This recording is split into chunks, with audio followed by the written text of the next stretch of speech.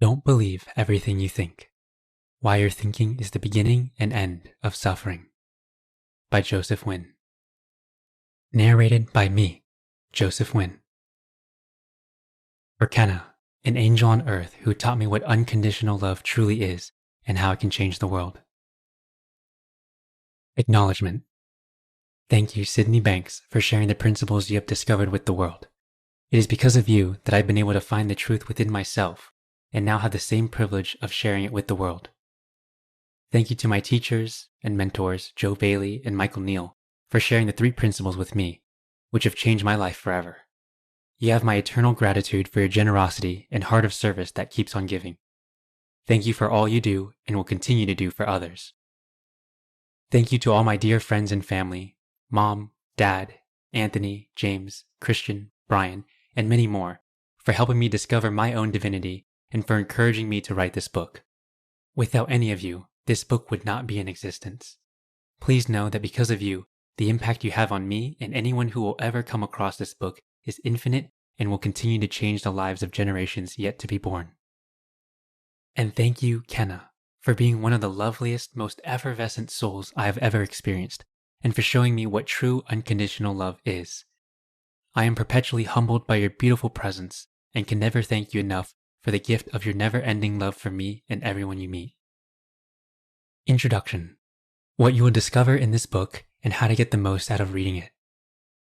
This book was written to help you find everything you've been searching for and the answers to all the questions you've had your entire life. I understand this is a very bold statement, but you will see shortly why I have complete confidence in saying this. What I know to be the truth from the depths of my soul is that you will not be the same person as you were after you've read this book. The only constant is change. Growth is an inevitable process of life, and it will be impossible for you not to change after reading this book.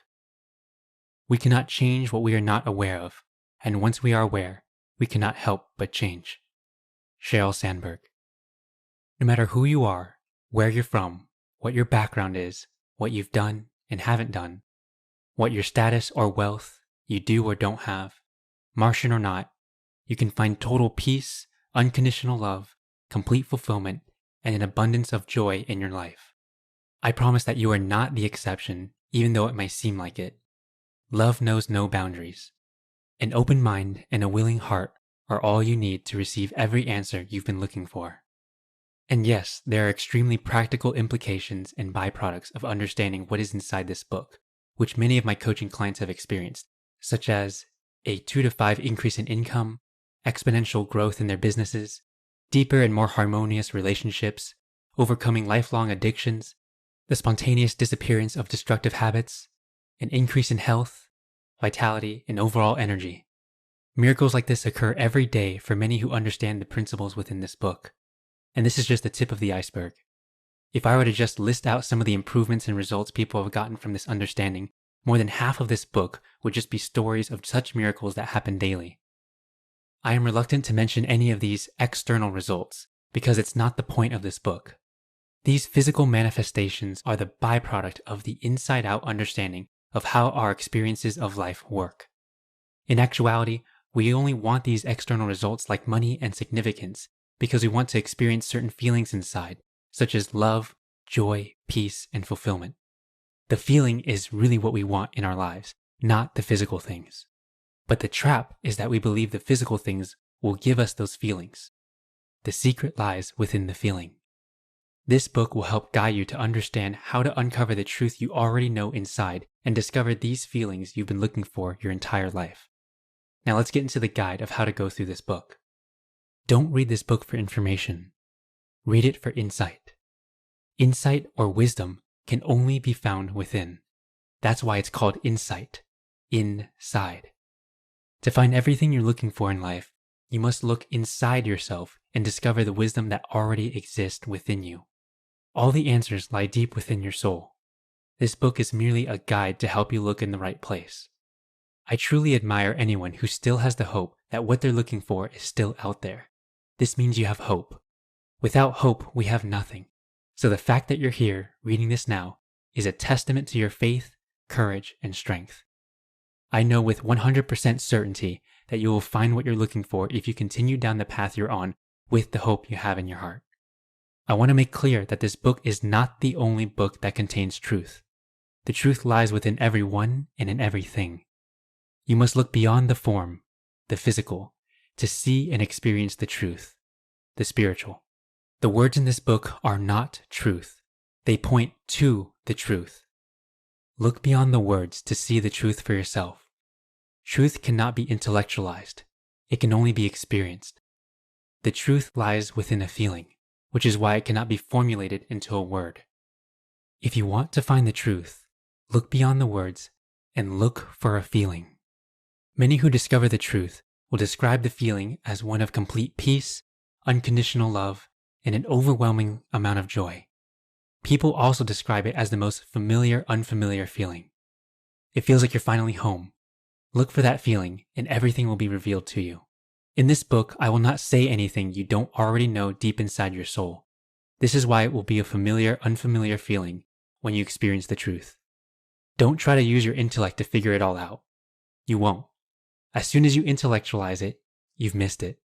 The truth does not come from memorizing a sentence or two. A child can do that, but they will not understand the truth. The truth comes in the form of a feeling. From that feeling will come the wisdom and truth you're looking for, which will set you free.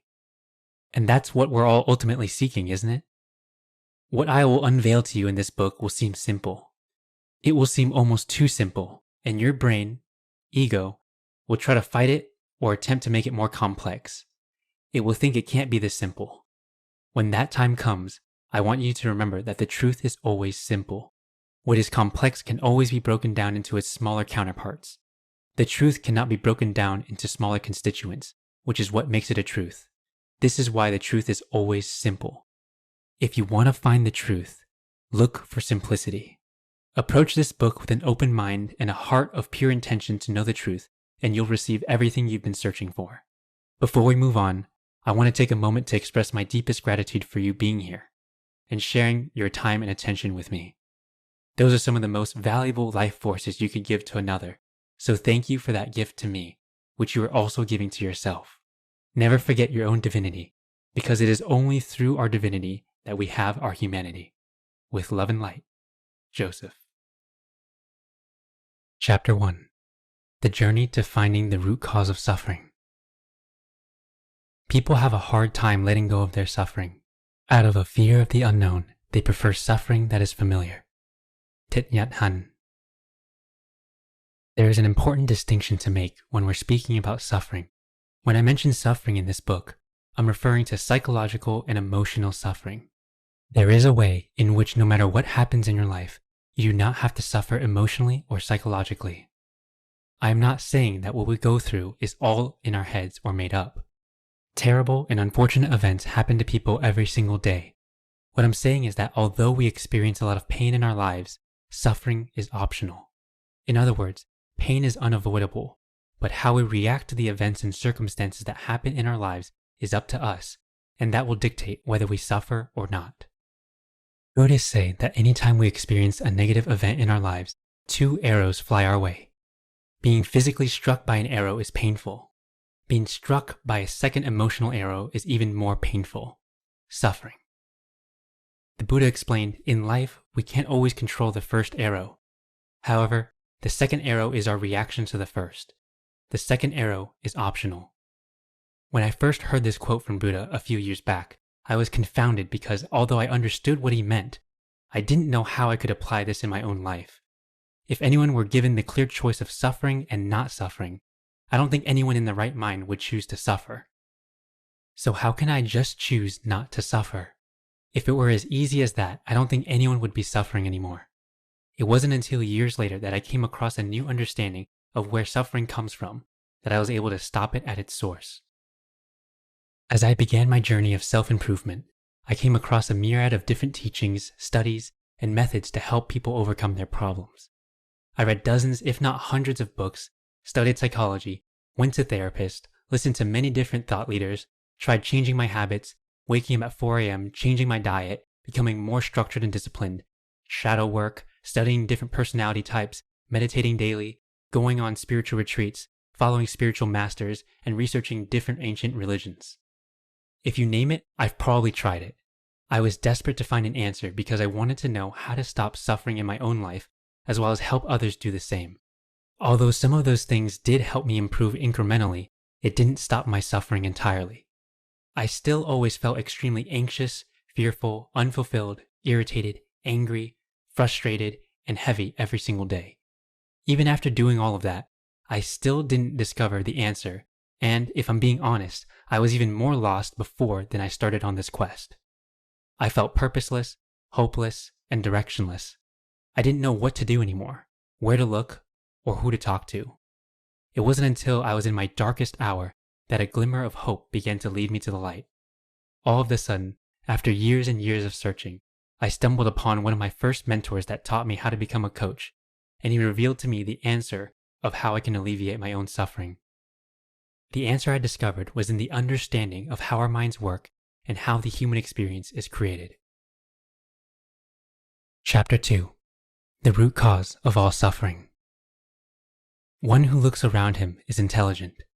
One who looks within him is wise. Matshana Loeo. We live in a world of thought, not reality. Sydney Banks once said, "Thought is not reality, yet it is through thought that our realities are created." Each of us lives through our own perceptions of the world, which are vastly different from the person right next to us.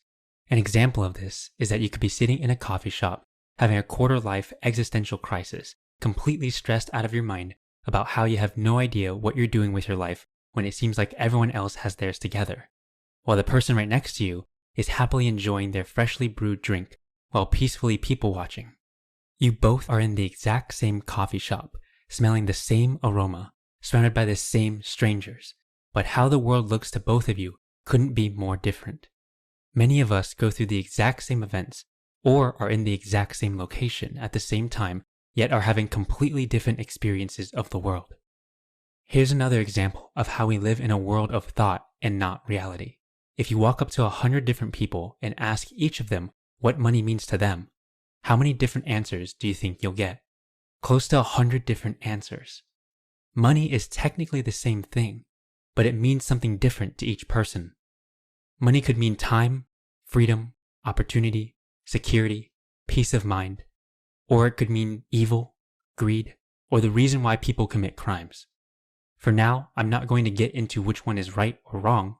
Hint, there is no right or wrong answer, but that's for a different chapter. Another illustration of this concept is as follows. If you survey 100 different people and ask each of them what they think of our current president, how many different answers do you think you'll get? Even though it is the exact same person we're talking about, we will get 100 different answers because most people live in their own thoughts and their own perceptions of the world. The meaning or thinking we give an event is what determines how we ultimately feel about it. That meaning or thinking is the filter through which we see life from then on.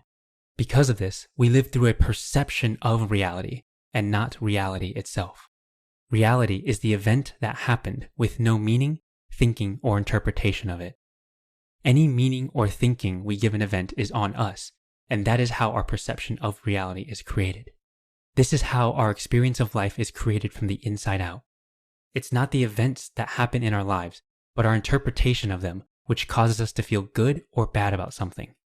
This is how people in third world countries can be happier than people in first world countries, and people in first world countries can be more miserable than people in third world countries. Our feelings do not come from external events, but from our own thinking about the events. Therefore, we can only ever feel what we're thinking. Let's hypothetically say that you really hate your job, and it causes you an enormous amount of stress, anxiety, and frustration. It pains you to even set foot in the building where you work, and just thinking about your job makes you furious. When you're thinking about your job, you're just sitting there on the sofa with your family watching a TV show together, but you're fuming at the thought of your job. Everyone else is having a good time except you. In this moment, everyone else in your family is having a different experience of life than you, even though the same event is happening. Just the thought of work created a whole different perception of reality, even though you're not physically at work. If it were true that external events cause us to feel the way that we feel inside, then you should be a happy camper in your living room watching a funny TV show with your family every single time you do this activity, but that's not the case. Now you may be saying that you're only feeling this way because an external event, your job, is causing you to feel stress and anxious. To that I'll ask the question, is it absolutely true that every single person feels the exact same way about the job they're working in? Two different people can be doing the exact same job, but will have completely different experiences of that job. It can be the most amazing experience and a dream job for one person, but be another person's worst nightmare and a living hell. The only difference between one person and the other is how they think about their job, which determines how they ultimately feel about it. Now let's go back to the original scenario of you hypothetically hating your job. Remember how much stress, anxiety, and frustration it causes you when you think about it? Let's do a quick thought experiment about that by answering the question below. Who would you be without the thought that you hated your job? Take a minute to see what comes up for you, and don't move on until you do that. If you don't overthink it and truly let the answers surface from within you, without that thought, you will most likely feel and be happy, peaceful, free, and light. Without our usual thinking about a particular event or thing, our experience of it completely alters. This is how we live in a world of thought, not reality, and how our perception of reality is created from the inside out, through our own thinking. With this new understanding, you've just uncovered the cause of all of our human psychological suffering. The root cause of our suffering is our own thinking. Now, before you throw this book across the room and light it on fire, I'm not saying that this is all in our heads and that it isn't real. Our perception of reality is very real. We will feel what we think, and our feelings are real. That is completely undeniable. However, our thinking will look like an inevitable, unchangeable reality to us until we begin seeing how our reality is created. If we know that we can only ever feel what we're thinking, then we know that we can change our feelings by changing our thinking. Thus, we can change our experience of life by knowing that it comes from our own thinking. And if that is true, then we are ever only one thought away from experiencing something different and transforming our entire lives at any moment through a state of no thought. In short, the moment we stop thinking is when our happiness begins. A young monk in the empty boat, a Zen story about how thinking is the cause of our own suffering. A long time ago, a young Zen monk was living in a small monastery that was located in a forest which was near a small lake. The monastery was occupied by a few senior monks, while the rest were newcomers and still had much to learn. The monks had many obligations in the monastery, but one of the most important ones was their daily routine where they had to sit down, close their eyes, and meditate in silence for hours at a time. After each meditation, they had to report their progress to their mentor. The young monk had difficulty staying focused during his meditation practice for a variety of reasons, which made him very mad. After the young monk reported his progress, or better said, lack of it, to his mentor, the elder monk asked the young monk a simple question that had a hidden lesson. Do you know what is really making you angry? The young monk replied, well, usually as soon as I close my eyes and begin to meditate, there is someone moving around and I can't focus. I get agitated that someone is disturbing me even though they know that I'm meditating. How can they not be more considerate? And then when I close my eyes again and try to focus, a cat or a small animal might brush past and disturb me again. By this point, even when the wind blows and the tree branches make noise, I get angry. If that is not enough, the birds keep on chirping and I can't seem to find any peace in this place. The elder monk simply pointed out to his pupil, I see that you become angrier with each interruption you encounter. This is exactly the opposite of what is the point of your task when meditating. You should find a way not to get angry with people or animals or any other thing around you that disturbs you during your task. After their consultation, the young monk went out to the monastery and looked around to find a place that would be quieter so that he could meditate peacefully. He found such a place at the shore of the lake that is nearby. He brought his mat, sat down, and started meditating. But soon, a flock of birds splashed down in the lake near where the monk was meditating. Hearing their noise, the monk opened his eyes to see what was going on. Although the bank of the lake was quieter than the monastery, there were still things that would disturb his peace, and he again got angry. Even though he didn't find the peace he was looking for, he kept returning to the lake. Then, one day, the monk saw a boat tied to the end of a small pier. And right then, an idea hit him. Why don't I take the boat, row it down to the middle of the lake, and meditate there? In the middle of the lake, there will be nothing to disturb me. He rowed the boat to the middle of the lake and started meditating. As he had expected, there was nothing in the middle of the lake to disturb him, and he was able to meditate the whole day. At the end of the day, he returned to the monastery. This continued for a couple of days, and the monk was thrilled that he finally found a place to meditate in peace.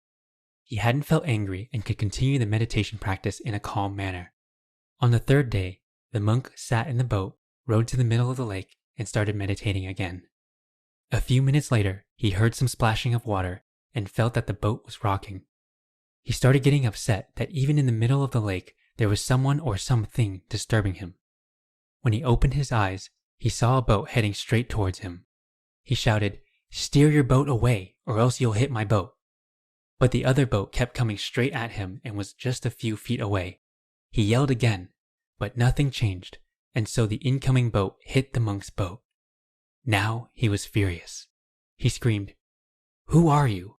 And why have you hit my boat in the middle of this vast lake?" There was no answer. This made the young monk even angrier. He stood up to see who was in the other boat, and to his surprise, he found that no one was in the boat. The boat had probably drifted along in the breeze and bumped into the monk's boat. The monk found his anger dissipating. It was just an empty boat. There was no one to get angry at. At that moment, he remembered his mentor's question. Do you know what is really making you angry? And then he wondered, it's not other people, situations, circumstances. It's not the empty boat, but my reaction to it that causes my anger. All the people or situations that make me upset or angry are just like the empty boat. They don't have the power to make me angry without my own reaction. The monk then rowed the boat back to the shore. He returned to the monastery and started meditating along with the other monks. There were still noises and disturbances around, but the monk treated them as the empty boat and continued to meditate peacefully. When the elder monk saw the difference, he simply said to the young monk, I see that you have found what is really making you angry and have overcome that.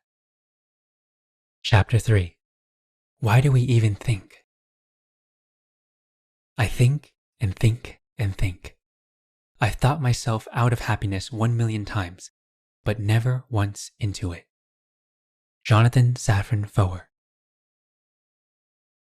We as humans have evolved to develop a sophisticated ability to rationalize, analyze, and think because it simply helped us survive. Our minds do an incredible job to keep us alive, but it does not help us thrive. It is solely concerned with our safety and survival, but not with our fulfillment or joy. Our mind's job is to alert us of potential dangers in our environment that may threaten our lives. It does its job so well that not only will it scan our immediate surroundings for threats, but it will even reference our backlog of past experiences to create hypothetical scenarios and predict what it thinks could be future potential dangers based on our memories. None of this is wrong by any means. The mind is simply doing what it was designed to do. When we don't understand that its only duty is to help us survive, then we will get angry and frustrated with it. All conflict is derived from an innocent misunderstanding. Our mind's duty is to keep us alive. Our consciousness's duty is to help us feel fulfilled. Your soul is the reason why you're even on this journey in the first place, to find peace, love, and joy for yourself. Your mind has done an amazing job at what it was made to do, but now you may relieve it of its job because we no longer live in the wild where death could be right around the corner in a bush. If we keep using our minds, we will constantly stay in a state of fight or flight. Anxiety, fear, frustration, depression, anger, resentment, and all negative emotions because the mind thinks everything is a threat to our very existence. If you want to be free, happy, peaceful, and full of love, then you will need to let go of listening only to your mind and go beyond it by tuning into something much greater that will help you not just to survive, but to thrive. Chapter 4. Thoughts versus thinking. Stop thinking and end your problems. Lao Tzu. Thoughts are the energetic mental raw materials from which we use to create everything in the world. We can't experience anything without thought. It's important to know that thoughts are a noun and aren't something that we do, but something that we have. A thought takes no effort or force on our end, and it is something that just happens. We also cannot control what thoughts pop into our minds. The source of thoughts comes from something that is beyond our minds, the universe, if you will. Thinking, on the other hand, is the act of thinking about our thoughts. This takes a significant amount of energy, effort, and willpower, which is a finite resource. Thinking is actively engaging with the thoughts in your mind. You don't have to engage with each thought in your mind, but when you do, that is thinking. Thinking is the root cause of all of our psychological suffering. Now you might be wondering, where do positive thoughts fit into the picture? Positive thoughts, or thoughts that feel good, are not a result of thinking. They are, instead, generated by our natural state of peace, love, and joy. They are a byproduct of a state of being, not a state of thinking. We will go into depth about this in the next chapter. For now, let's do a quick thought experiment. I'll ask you a question, and all you need to do is be aware of what you're experiencing, and we'll review what happened after. What is the dream amount of money you want to be making per year? Pause here and wait for an answer to surface. Give yourself about 30 to 60 seconds to think about your answer of how much money you want to be making in a year. Don't move on to the next step until you've had a decently sized train of thought about how much you want to make. Now take that amount and multiply that by 5. What do you think about this new dream goal for your income when we multiplied it by 5? Take at least another 30 to 60 seconds to become aware of how you're feeling when you think about that and see what other thinking comes up for you as you feel your emotions. Don't move on until you've done the above. Okay, let's bring it back in and review what happened. After I asked the first question of what is the dream amount of money you want to be making per year, within a few seconds an answer popped into your mind. That is a thought. Notice how quickly and effortlessly that came to you. After an answer popped into your mind, I asked you to think about your answer. What happened after I asked you to think about your answer? If you're like most people, you probably went on a wild roller coaster once you began thinking about that thought. You might have been thinking how there's no way you can make that much, no one in your family is making that much money, you don't know how to make that much, it's stupid to want that much money, or that it makes you greedy. Notice how you felt when you were thinking about those thoughts. Most likely, it didn't feel that great, but that is okay, and I'll show you what you can do about it soon. This is a prime example of thoughts versus thinking. If I ask you a question, you will 100% have a thought that pops into your mind. Thoughts are not inherently bad. Remember, they are the energetic mental raw materials from which we create the world. The moment we think about our thoughts is when we begin to get taken on an emotional roller coaster. When we think about our thoughts, we begin to judge and criticize the thoughts and experience all sorts of internal emotional turmoil. When I asked you how much money you wanted to make, you had a thought about the amount. That thought was neutral and didn't cause any emotional toil. In fact, you might have felt expansive and excited. It was only when you began thinking about that thought of how much you wanted to make, which is what caused the self-doubt, unworthiness, anxiety, anger, guilt, or any other emotion you may have experienced. This is what I mean by thinking is the root cause of all of our suffering. Having the initial thought of how much you wanted to make didn't cause any suffering until you began thinking about the thought of how much you wanted to make. It is not necessary to think about our thoughts or to judge them. It does us no good to do so. We may think that thinking is helping us, but all it's really doing is causing us to feel all of these negative, unwanted emotions and making us create reasons as to why we can't do it or why we shouldn't want it. The only thing that was useful and helpful was the initial thought that popped into your mind when I first asked how much you wanted to make. All of the thinking that happened after was destructive and unhelpful. Thoughts create. Thinking destroys. The reason thinking destroys is because as soon as we begin thinking about the thoughts, we cast our own limiting beliefs, judgments, criticisms, programming, and conditioning onto the thought, thinking of infinite reasons as to why we can't do it or why we can't have it. Without thinking, we prevent all negative programming and judgments from tarnishing the initial thought of what you wanted to create. If I asked you, what are some ways you could make the amount of money you want? If you sat there long enough, you'll experience the same phenomenon of having random thoughts pop into your head of ways you could make it happen.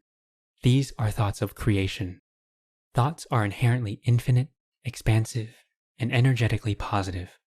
You'll know you're having thoughts from the divine when you feel positive emotions, feel lighter, and alive.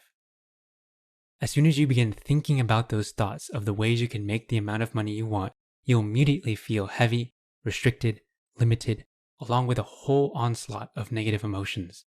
This is how you'll know if you're thinking. I use my feelings as an internal radar that tells me whether I'm getting direct downloads of thoughts from the universe or if I'm in my head thinking about my thoughts. You can only ever feel what you're thinking, so feelings and emotions are like an intuitive internal dashboard which tells me if I'm thinking too much or not. If I'm having a lot of negative emotions, I know that I'm thinking too much. This is another example of how we're naturally built for success. Below is a chart that compares thinking versus thoughts to help you identify which one is which within your mind. If you're listening to the audiobook and want to see the chart, you can go to my website at josephwin.org/resources to download it. That's Joseph, Joseph, Win, NGUYEN.org/resources. It will also contain other helpful resources, guides, and frameworks that we will discuss later on in this book. Chapter 5. If we can only feel what we're thinking, don't we need to think positively to feel that way? We are only ever one thought away from peace, love, and joy, which come from a state of no thought. Dickon Bettinger. There is a caveat that I haven't mentioned yet to the principle that we can only feel what we're thinking. The more accurate way of describing it is that we can only ever feel negative emotions when we are thinking. The goal isn't necessarily to completely stop feeling negative emotions. Some of the negative emotions can be helpful, such as feeling fearful when deciding to walk down a dark alley alone with no one else in sight. These negative emotions are only helpful to us in terms of survival. But if we don't constantly encounter life or death situations, negative emotions are more unhelpful than helpful for most of us. We're going to be moving forward with the context that we're not struggling for physical survival. So we'll be using the context that negative emotions are not necessary most of the time. When I mention that we can only ever feel what we're thinking, most people assume that we must think positive in order to feel positive emotions. Instead of convincing you if this is true or not, let's do another thought experiment so you can experience the truth for yourself. Recall a time when you felt the most joy and love you've ever felt in your life, and feel the feelings that you felt at the time as much as you can for at least 30 seconds. What kinds of thoughts were going through your mind at the peak moment when you felt the most joy and love? I'm not asking you what you were doing at the time, but what thoughts were going through your head at that exact moment. For many people that answer this, they realize that they didn't have any thoughts during that exact moment. For others, they say that the thought was that they were so grateful or happy. For those that answered that they had the thought that they were grateful, did you feel that joy and love before you had that thought or after? Take 10 to 15 seconds to answer that question before moving on. What insights and epiphanies did you have? What's crazy is that most people didn't have any thoughts going through their mind when they felt the happiest and the most amount of love in their lives. For those that had the thought that they were grateful, they felt that way before having that thought. If they had that thought, it happened after they felt the feelings, so the thought could not have produced the feeling. This brings us to another truth. You do not have to have thoughts or think to feel positive emotions. The beautiful part about truth is that it needs no justification because it can be experienced right here, right now. It doesn't need to be proven or rationalized to you, and you just experienced this truth firsthand by the experiment we just did. Here's why we don't need to have thoughts or think to feel positive emotions like joy and love. Our natural state of being is joy, love, ecstasy, freedom, and gratitude.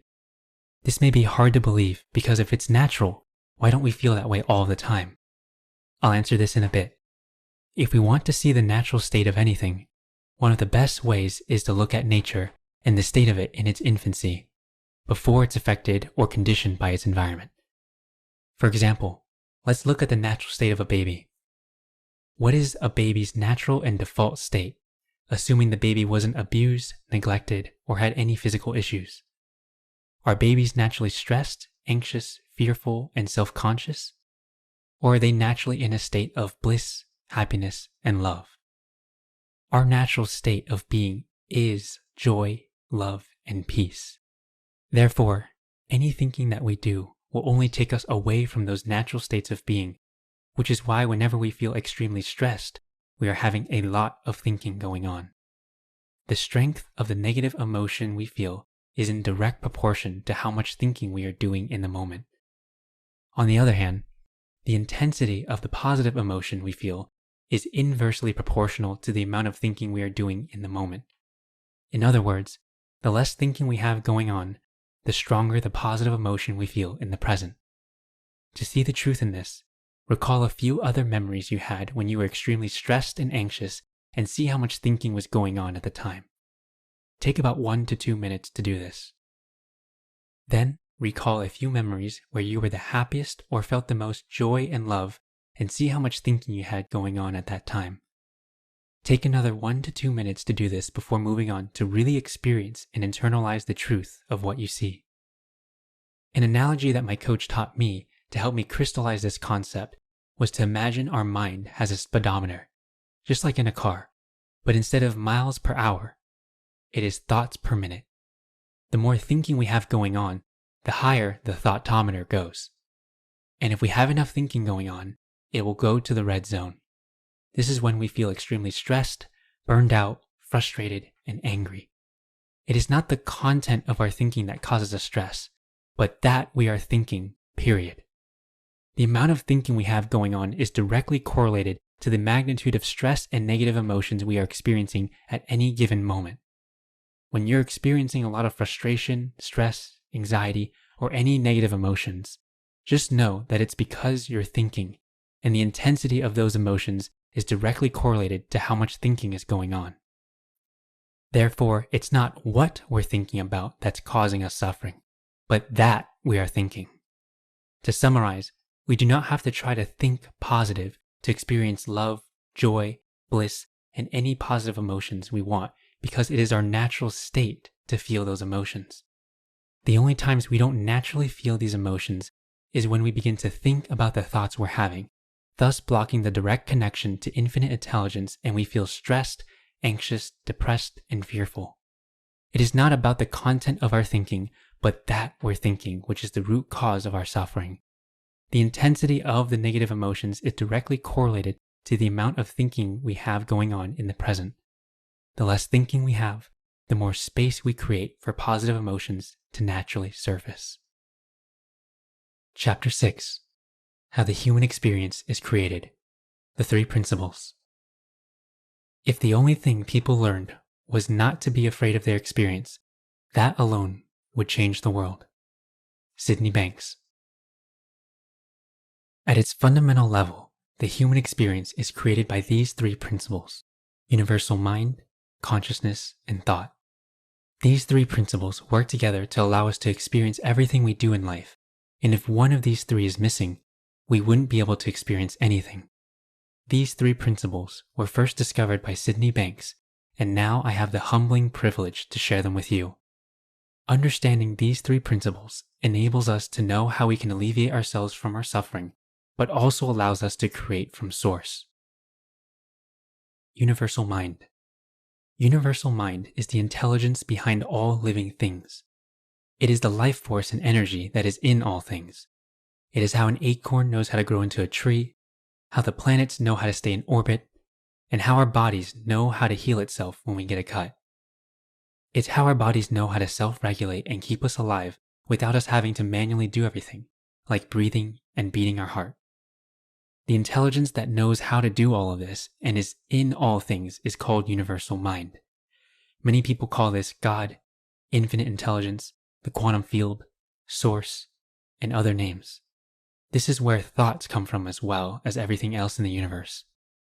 All things are connected by universal mind. There is no separation between anything, and any time there seems to be separation between things, it is merely an illusion of our thinking. When we are connected to universal mind, we feel whole, fulfilled, filled with love, joy, peace, and inspiration. It is only when we begin thinking, believing in the illusion or ego, that we block this flow of universal mind and begin to feel separated, frustrated, lonely, angry, resentful, sad, depressed, and fearful. Universal consciousness. Universal consciousness is the collective consciousness of all things. It is what allows us to be aware that we exist and aware of our thoughts. Without universal consciousness, we wouldn't be able to experience anything. Our five senses would have no use because there's nothing to be aware of. This is what brings things to life and makes them perceivable to us. Universal thought. Universal thought is the raw material of the universe from which we can create from. It is our ability to think and create form from the energy of universal mind. It is the object we can perceive through consciousness. Without thought, we would have nothing to be aware of. Thought is like the DVD that contains all the information for us to be able to watch the movie on the TV. The TV and DVD player is like consciousness. It allows us to have a mechanism to bring the information on the DVD to life for us to be able to watch and experience the movie. The electricity that's needed to power the DVD player and TV is like universal mind in the sense that it is the invisible energy/force that connects and powers all things. It is the source from which everything can work and function. Chapter 7. If thinking is the root cause of suffering, how do we stop thinking? A crowded mind leaves no space for a peaceful heart. Christine Evangelou. Heaven and Hell, a Zen parable. A tough, brawny samurai once approached a Zen master who was in deep meditation. Impatient and discourteous, the samurai demanded in his husky voice so accustomed to forceful yelling, "Tell me the nature of heaven and hell." The Zen master opened his eyes, looked the samurai in the face, and replied with a certain scorn, "Why should I answer to a shabby, disgusting, despondent slob like you? A worm like you, do you think I should tell you anything? I can't stand you. Get out of my sight. I have no time for silly questions." The samurai could not bear these insults. Consumed by rage, he drew his sword and raised it to sever the master's head at once.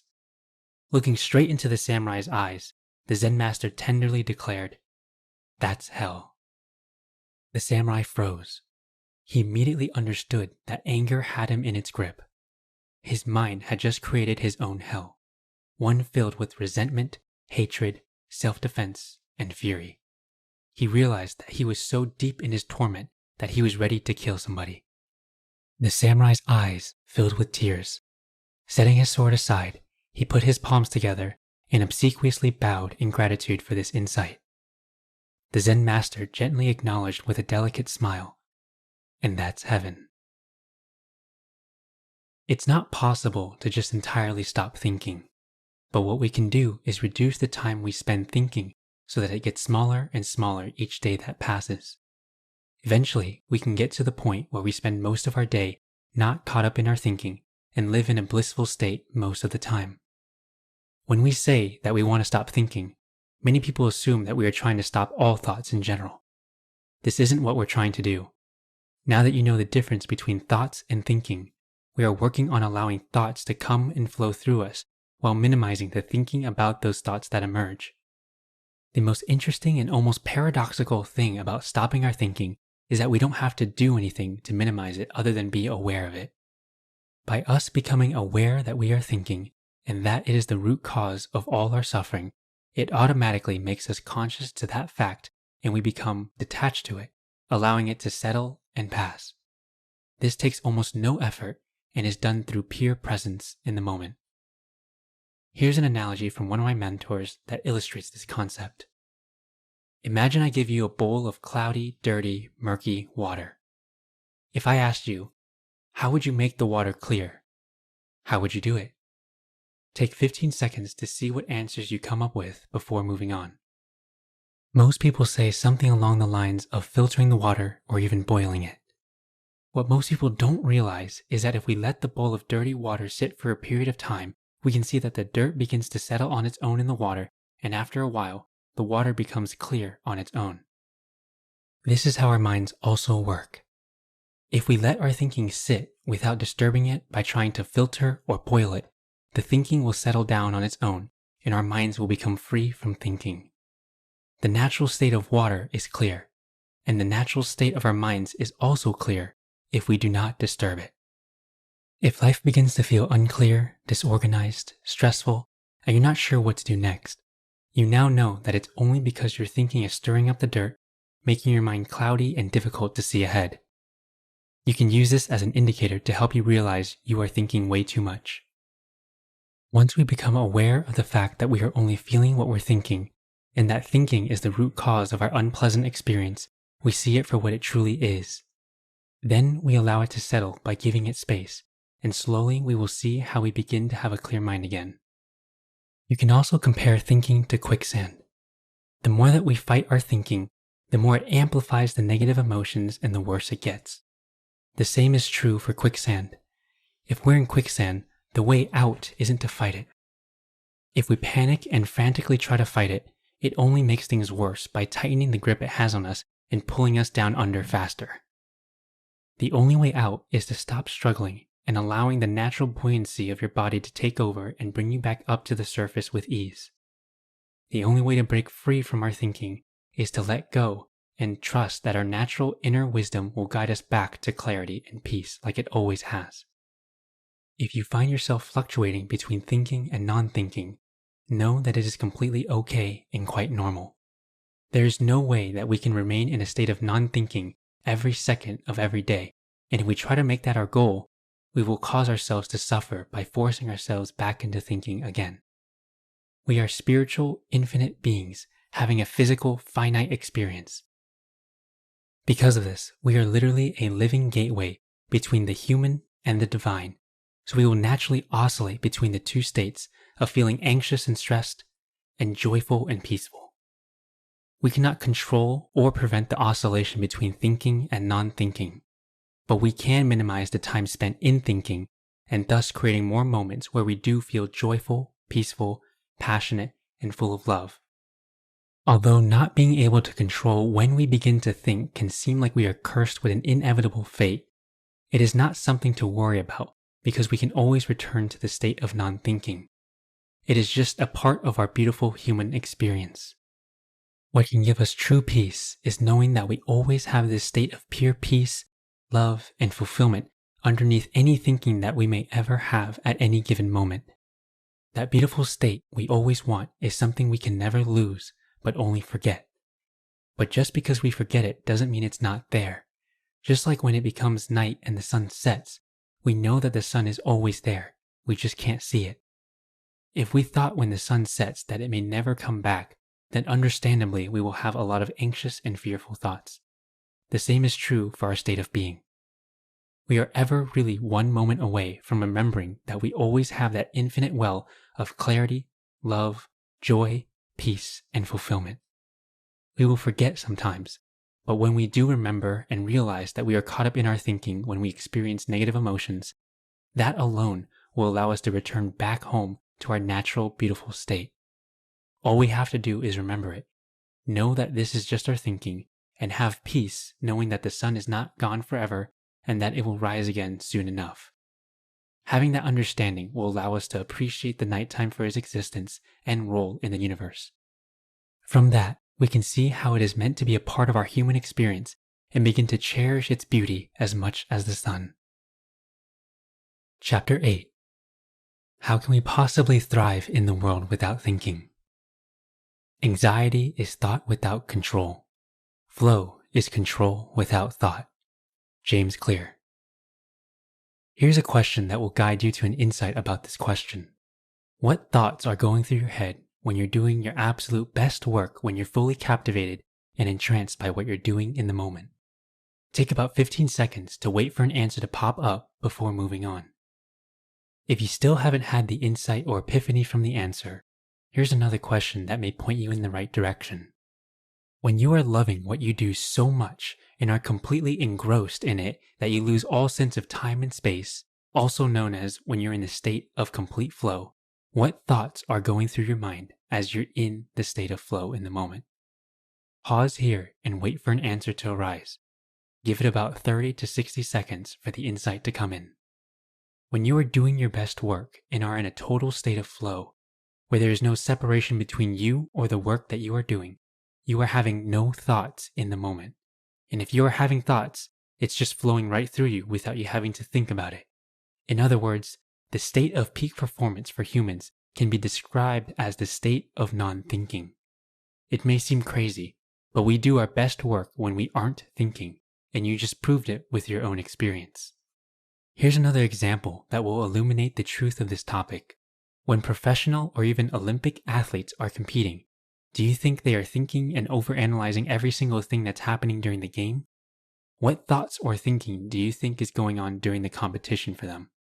The highest performing athletes will describe when they are in their peak state that they are in the zone.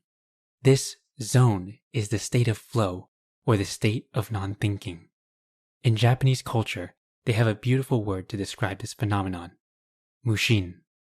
Here is the definition from Shotokan Times.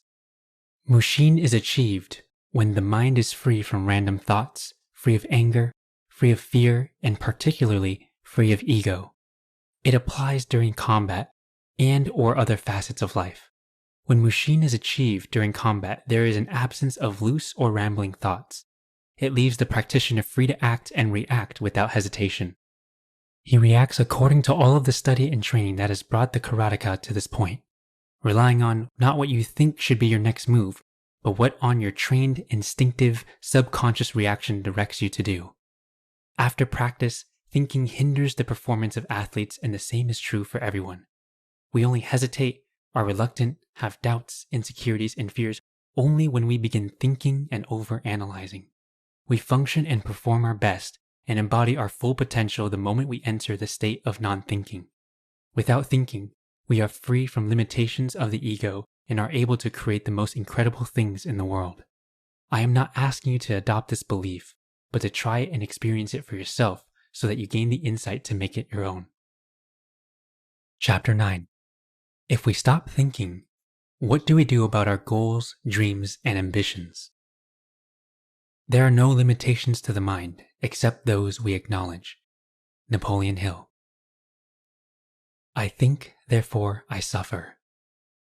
When I finally understood that thinking was the root cause of all my suffering, I was jumping up and down, exhilarated, relieved, and grateful for discovering the true reason for everything negative I've experienced in my life.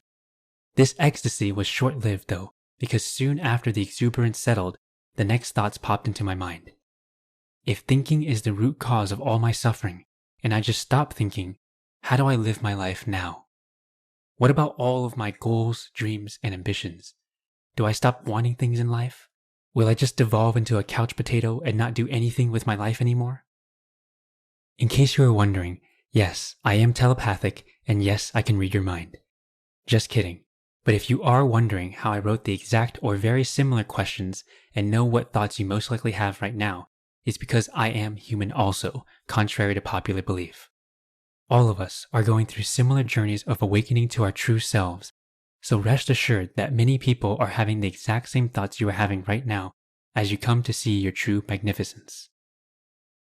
Now back to the question of what we do about our goals, dreams, and ambitions if we stop thinking. As I pondered on these questions, an incredible amount of fear and anxiety began to surface because I thought that I would have to give it all up and become a monk in the middle of the mountains. I was definitely not ready to do that. As much as I wish I were that enlightened and detached from my life, I genuinely enjoyed being in the world, experienced the fullness of life with other people, even if a large portion of my life was filled with suffering. Here's what I've discovered about what to do with our goals and dreams with this new understanding. As we've mentioned in previous chapters, there's a difference between thoughts versus thinking.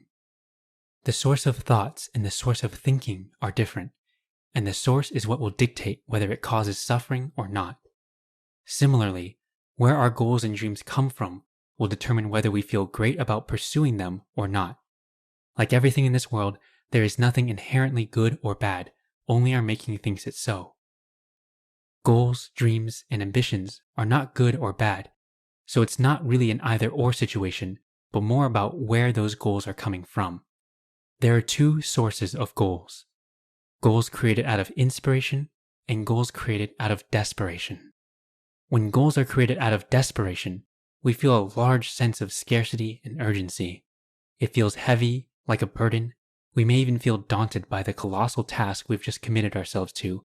Imposter syndrome and self-doubt begin to manifest, and we always feel like we never have enough time for anything. We go about our life frantically, desperately searching for answers and ways that we can accomplish our goal faster, always looking externally, never feeling enough or that we can ever get enough. Worst of all, if we happen to accomplish our goal, within a few hours or days afterwards, all of those same feelings of lack begin to resurface. We begin not feeling content with what we've done, unable to savor our accomplishments, and because what we did never feels like it's enough, we feel the same way about ourselves. Not knowing what else to do, we look around for guidance externally to see what others are doing and see if they're continuing to do the same thing. And thus, we go ahead and proceed to set another goal out of desperation, in an attempt to escape all the negative feelings gnawing away at our soul. When we dig a little deeper into these types of goals we set, they are all typically means goals and not ends goals. In other words, the goals we set in this state of desperation are all a means to an end. There's always a reason we want to accomplish the goal, and it's always for something else. For example, we want to create a multi-million-dollar business because we want financial freedom, or we want to quit our job so that we can escape the stress and anxiety that comes from it. We feel like we have to do these things instead of want to.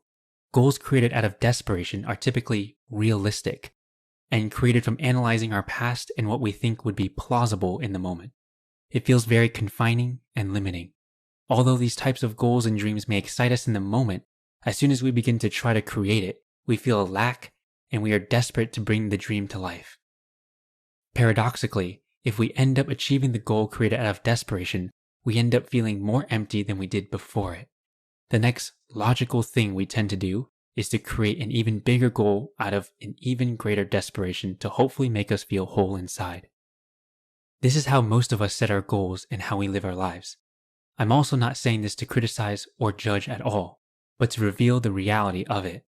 The only reason why I was able to describe it in painful and excruciating detail was because that was my life. Here's the good news. It's not your fault that you set goals that way if you are, and there's a way out. It's through creating goals and dreams out of inspiration instead of desperation.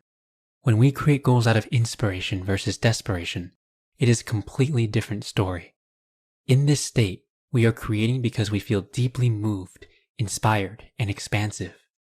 It feels like a calling rather than an obligation. It feels like there's a powerful force of life coming from within us, wanting to be expressed through us to be made manifested into the physical world. This is why painters paint, why dancers dance, why writers write, why singers sing. Even if they never get paid or make a living from it, we feel pulled by a force to create something. We gravitate towards it. We feel compelled to do it. When we feel like this, we are creating from a place of abundance instead of lack. Most surprising of all is that in this state, we are creating not for any reason at all other than because we simply want to. We don't create because we feel like we have to. We create because we simply want to, and there's no other reason. We aren't creating these goals so that we can do something else or use it as a means to get something else we want.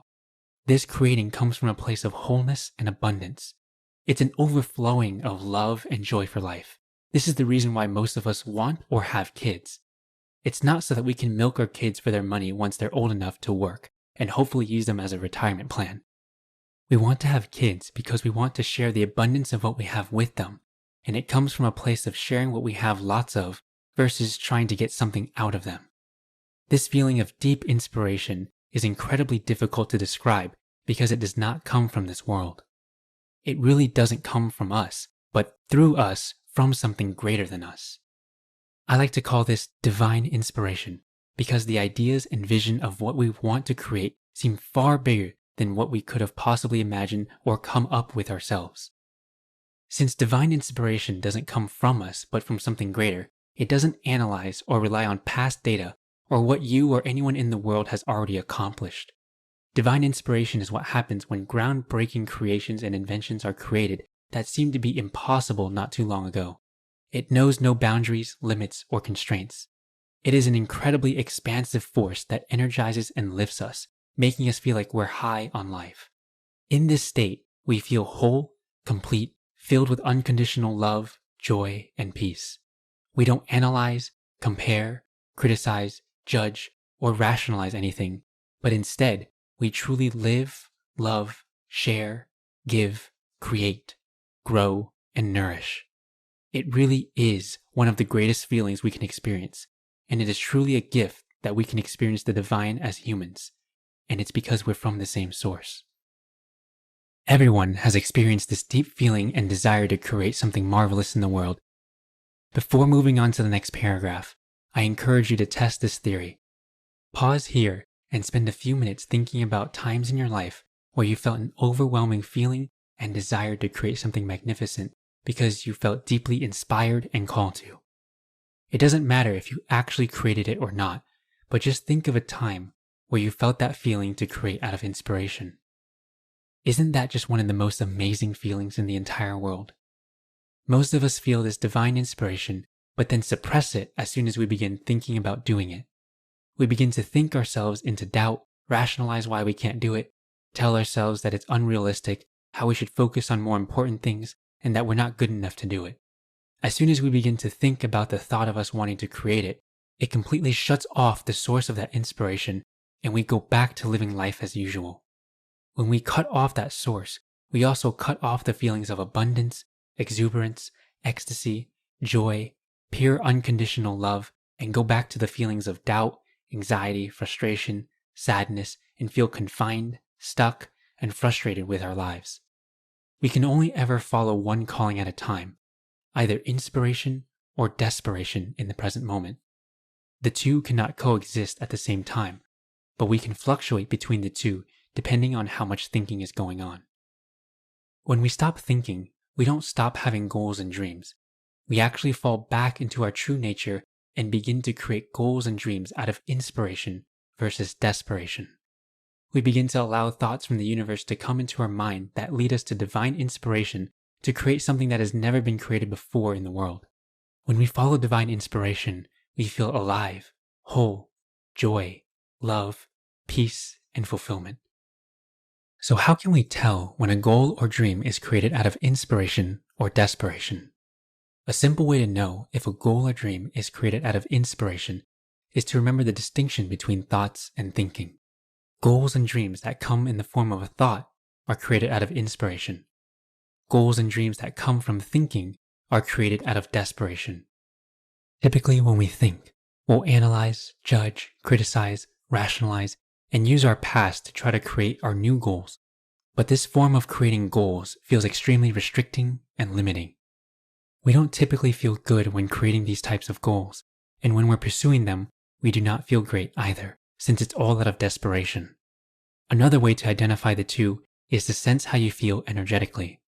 Goals and dreams created out of desperation will feel very heavy, draining, confining, and empty.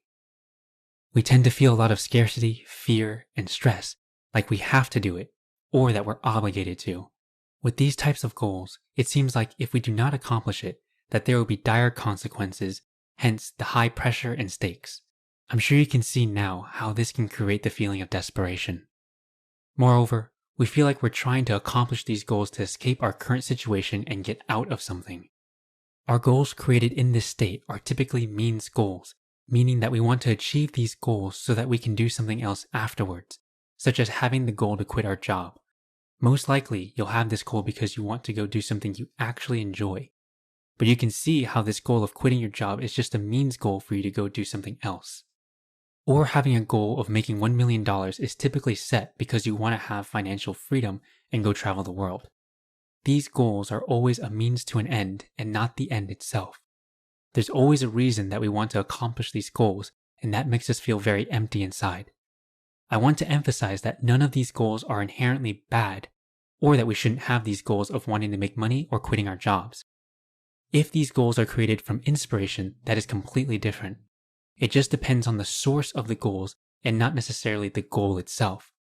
This is an important distinction to make, otherwise you'll spend most of your time debating and stressing yourself out over if this is the right goal for you or not. There is no right or wrong goal, only goals created from inspiration or desperation. It just depends on how you want to feel inside, and when you're aware of these two types of goals and how they manifest, then you'll be able to feel blissful as you go about creating amazing things in your life. On the other hand, goals and dreams created out of inspiration, which comes from thought, feel very light, energizing, uplifting, and expansive. We tend to feel excited, joyful, and most importantly, inspired.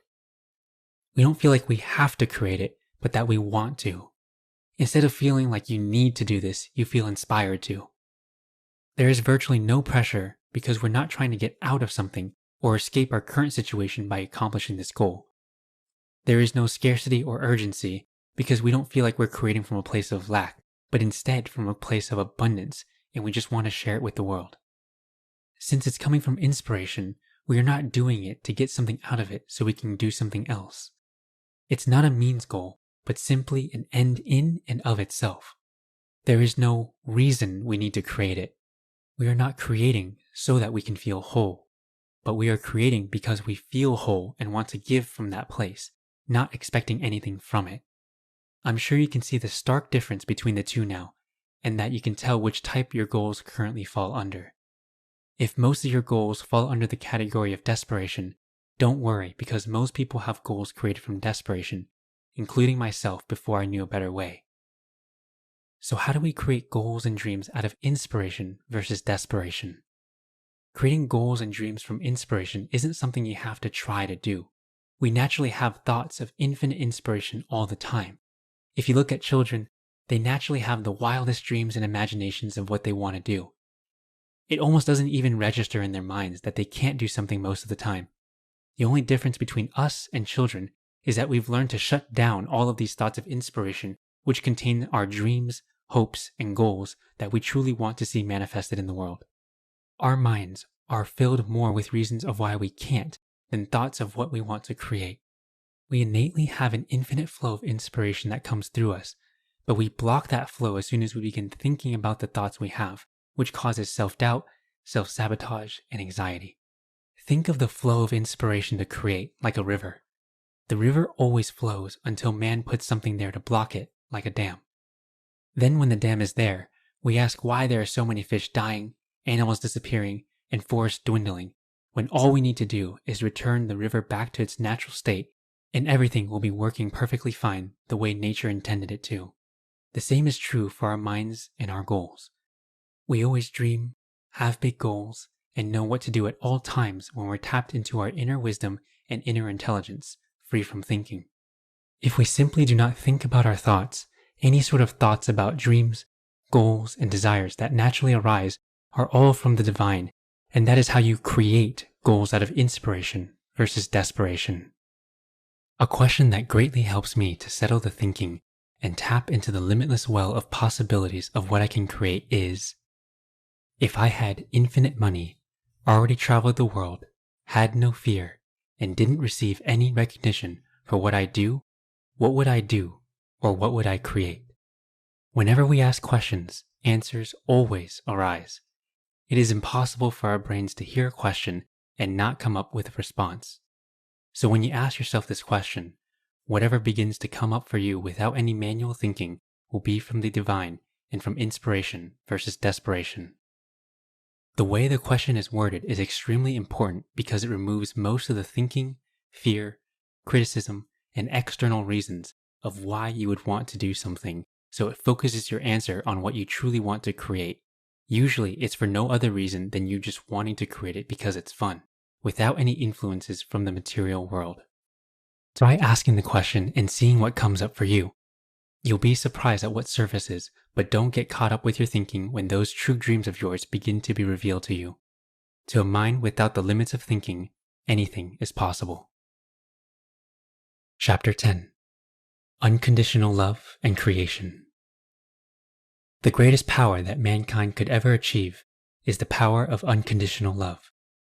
This is when people love with no limitations, conditions, or boundaries. Tony Green. Unconditional love. I learned about unconditional love from my extraordinary girlfriend, McKenna. For most of my life, I always questioned everything. I had to know the reason behind why things were the way they were, otherwise I would go crazy. I couldn't just experience life without knowing the meaning and reasoning behind everything. Naturally, as anyone would in a relationship, after dating her for about a year at the time, I asked McKenna why she loved me. She innocently replied that she didn't know why, she just did. Then she asked me why I loved her, and I listed off dozens of different reasons why I loved her. It ranged from her beautiful smile to her adorable laugh, how pure her heart is, how much she loves her family, how intelligent she is, and the list goes on almost indefinitely.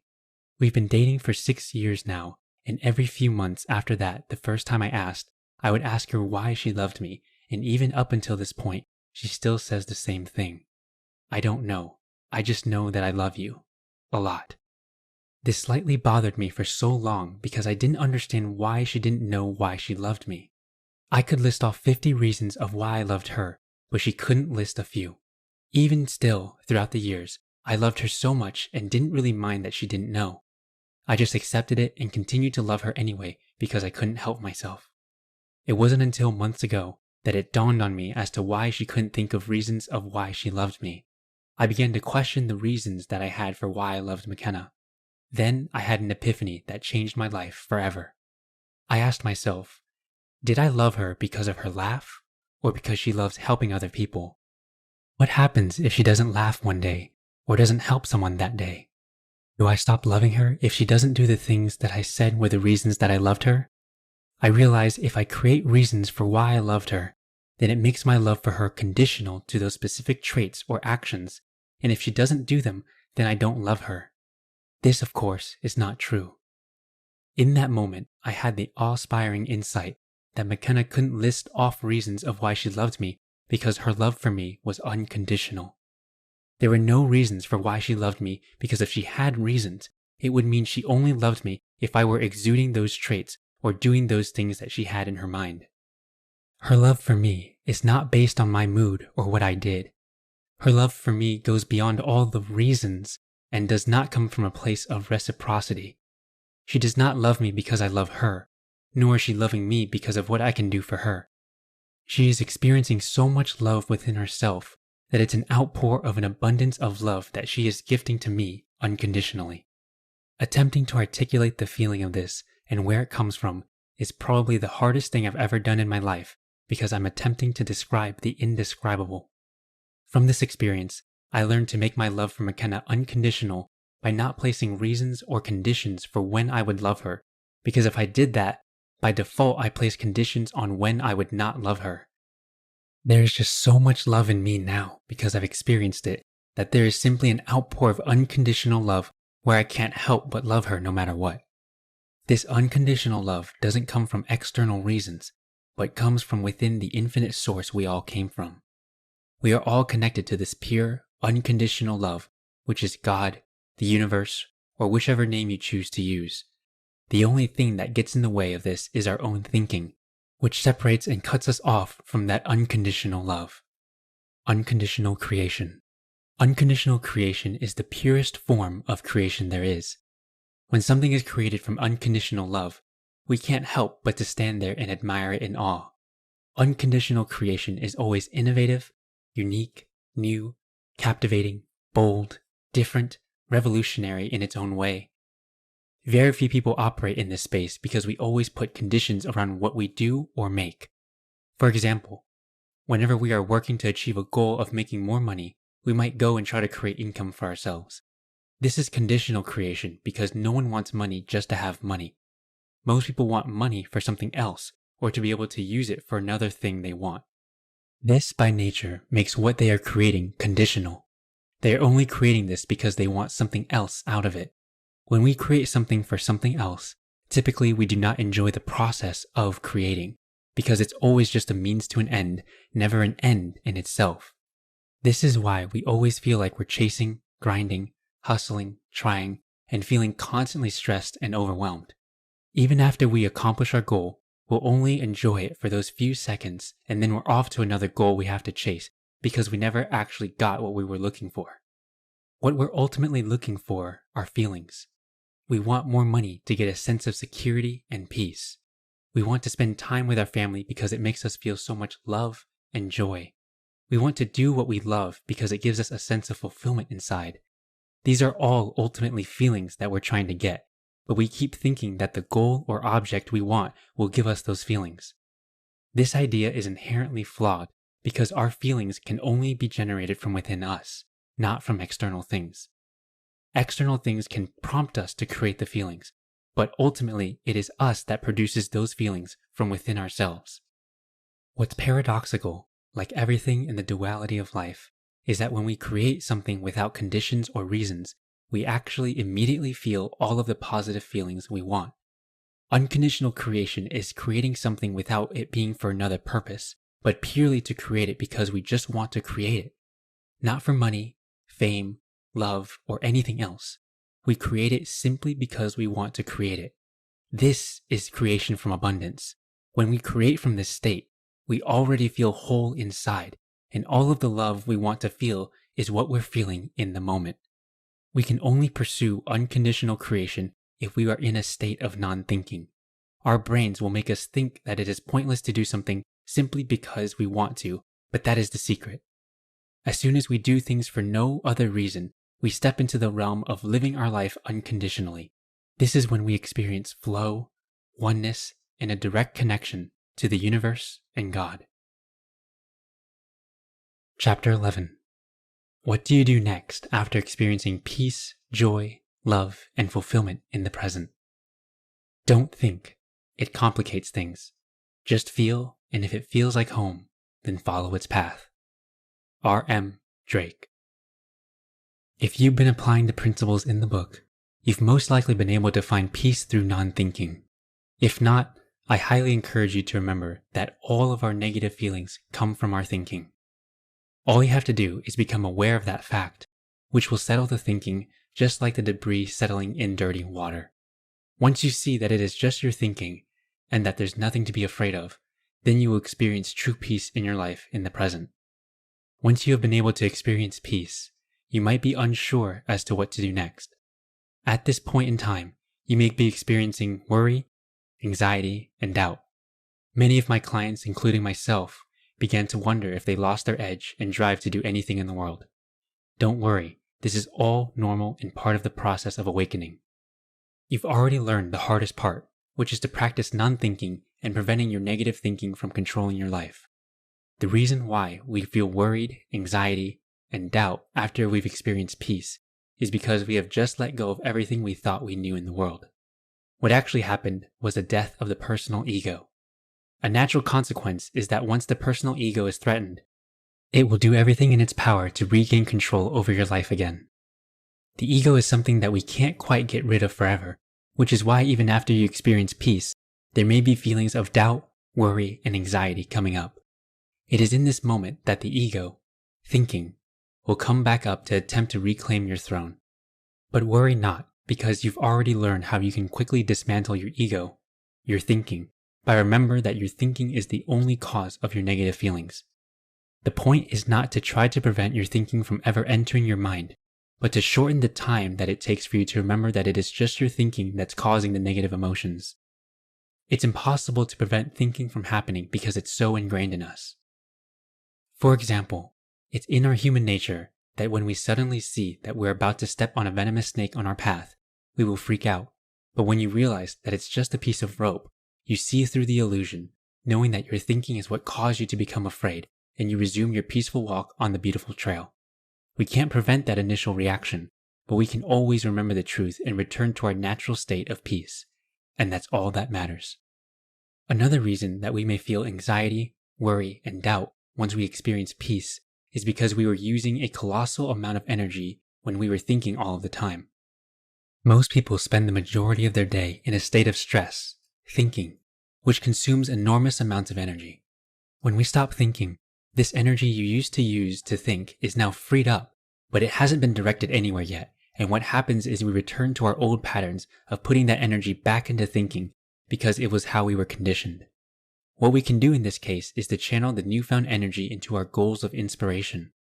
This is the cure and intervention of preventing this energy from going back into overthinking. For this to work, make sure that you spend some time creating your goals out of inspiration versus desperation and having it top of mind so you can channel all of your energy towards it once you experience this phenomenon. If you only have goals out of desperation in your mind, then directing energy towards it will only perpetuate the thinking and negative feelings. What tends to help many people in this stage is to also have an activation ritual. An activation ritual is a morning routine that helps them get into a state of non-thinking and flow. It helps you build momentum in a positive direction immediately when you wake up, so that it's easier to stay in that state of non-thinking for the rest of the day. An object in motion will stay in motion. I never understood why spiritual masters and all great leaders have a morning routine until I understood the power of non-thinking and momentum. Here's the good news. Now that all of your energy isn't tied up into thinking anymore, you can now use this freed up energy and channel it into creating new goals from inspiration to fuel and propel you into your new life full of peace, joy, and love. Chapter 12. Nothing is either good or bad. There is nothing either good or bad, but thinking makes it so. William Shakespeare. Here's an analogy that helps put this into perspective. On a piano, there are 88 keys. When we look at a piano, we don't point out specific keys for no reason and say that that key is wrong. We only think a specific key is wrong if we think someone is playing a specific song and hits a key that isn't in the song. Inherently, the piano has no wrong keys though. There are only keys and notes that sound more or less pleasant when played consecutively. Just like how there are no wrong keys on the piano, there are no wrong decisions in life. There's only thinking that gives us pleasant or not so pleasant feelings. When we put things into a bucket of right or wrong, good or bad, this creates duality and conditions in our lives, which determines how we feel. For instance, if we believe that opposing political parties are wrong or bad, this can cause animosity between us and make us feel a concoction of negative emotions. If, on the other hand, we see different political parties in the same way, as there are different keys on a piano, and how there are no inherently wrong parties, then we open ourselves up to experience love, joy, and peace in the moment. We begin to see alternative perspectives that we haven't seen before, and have an opportunity to deepen our understanding of the nature of life. It's like if we are hiking on a mountain and stop at specific points to look at the beautiful view.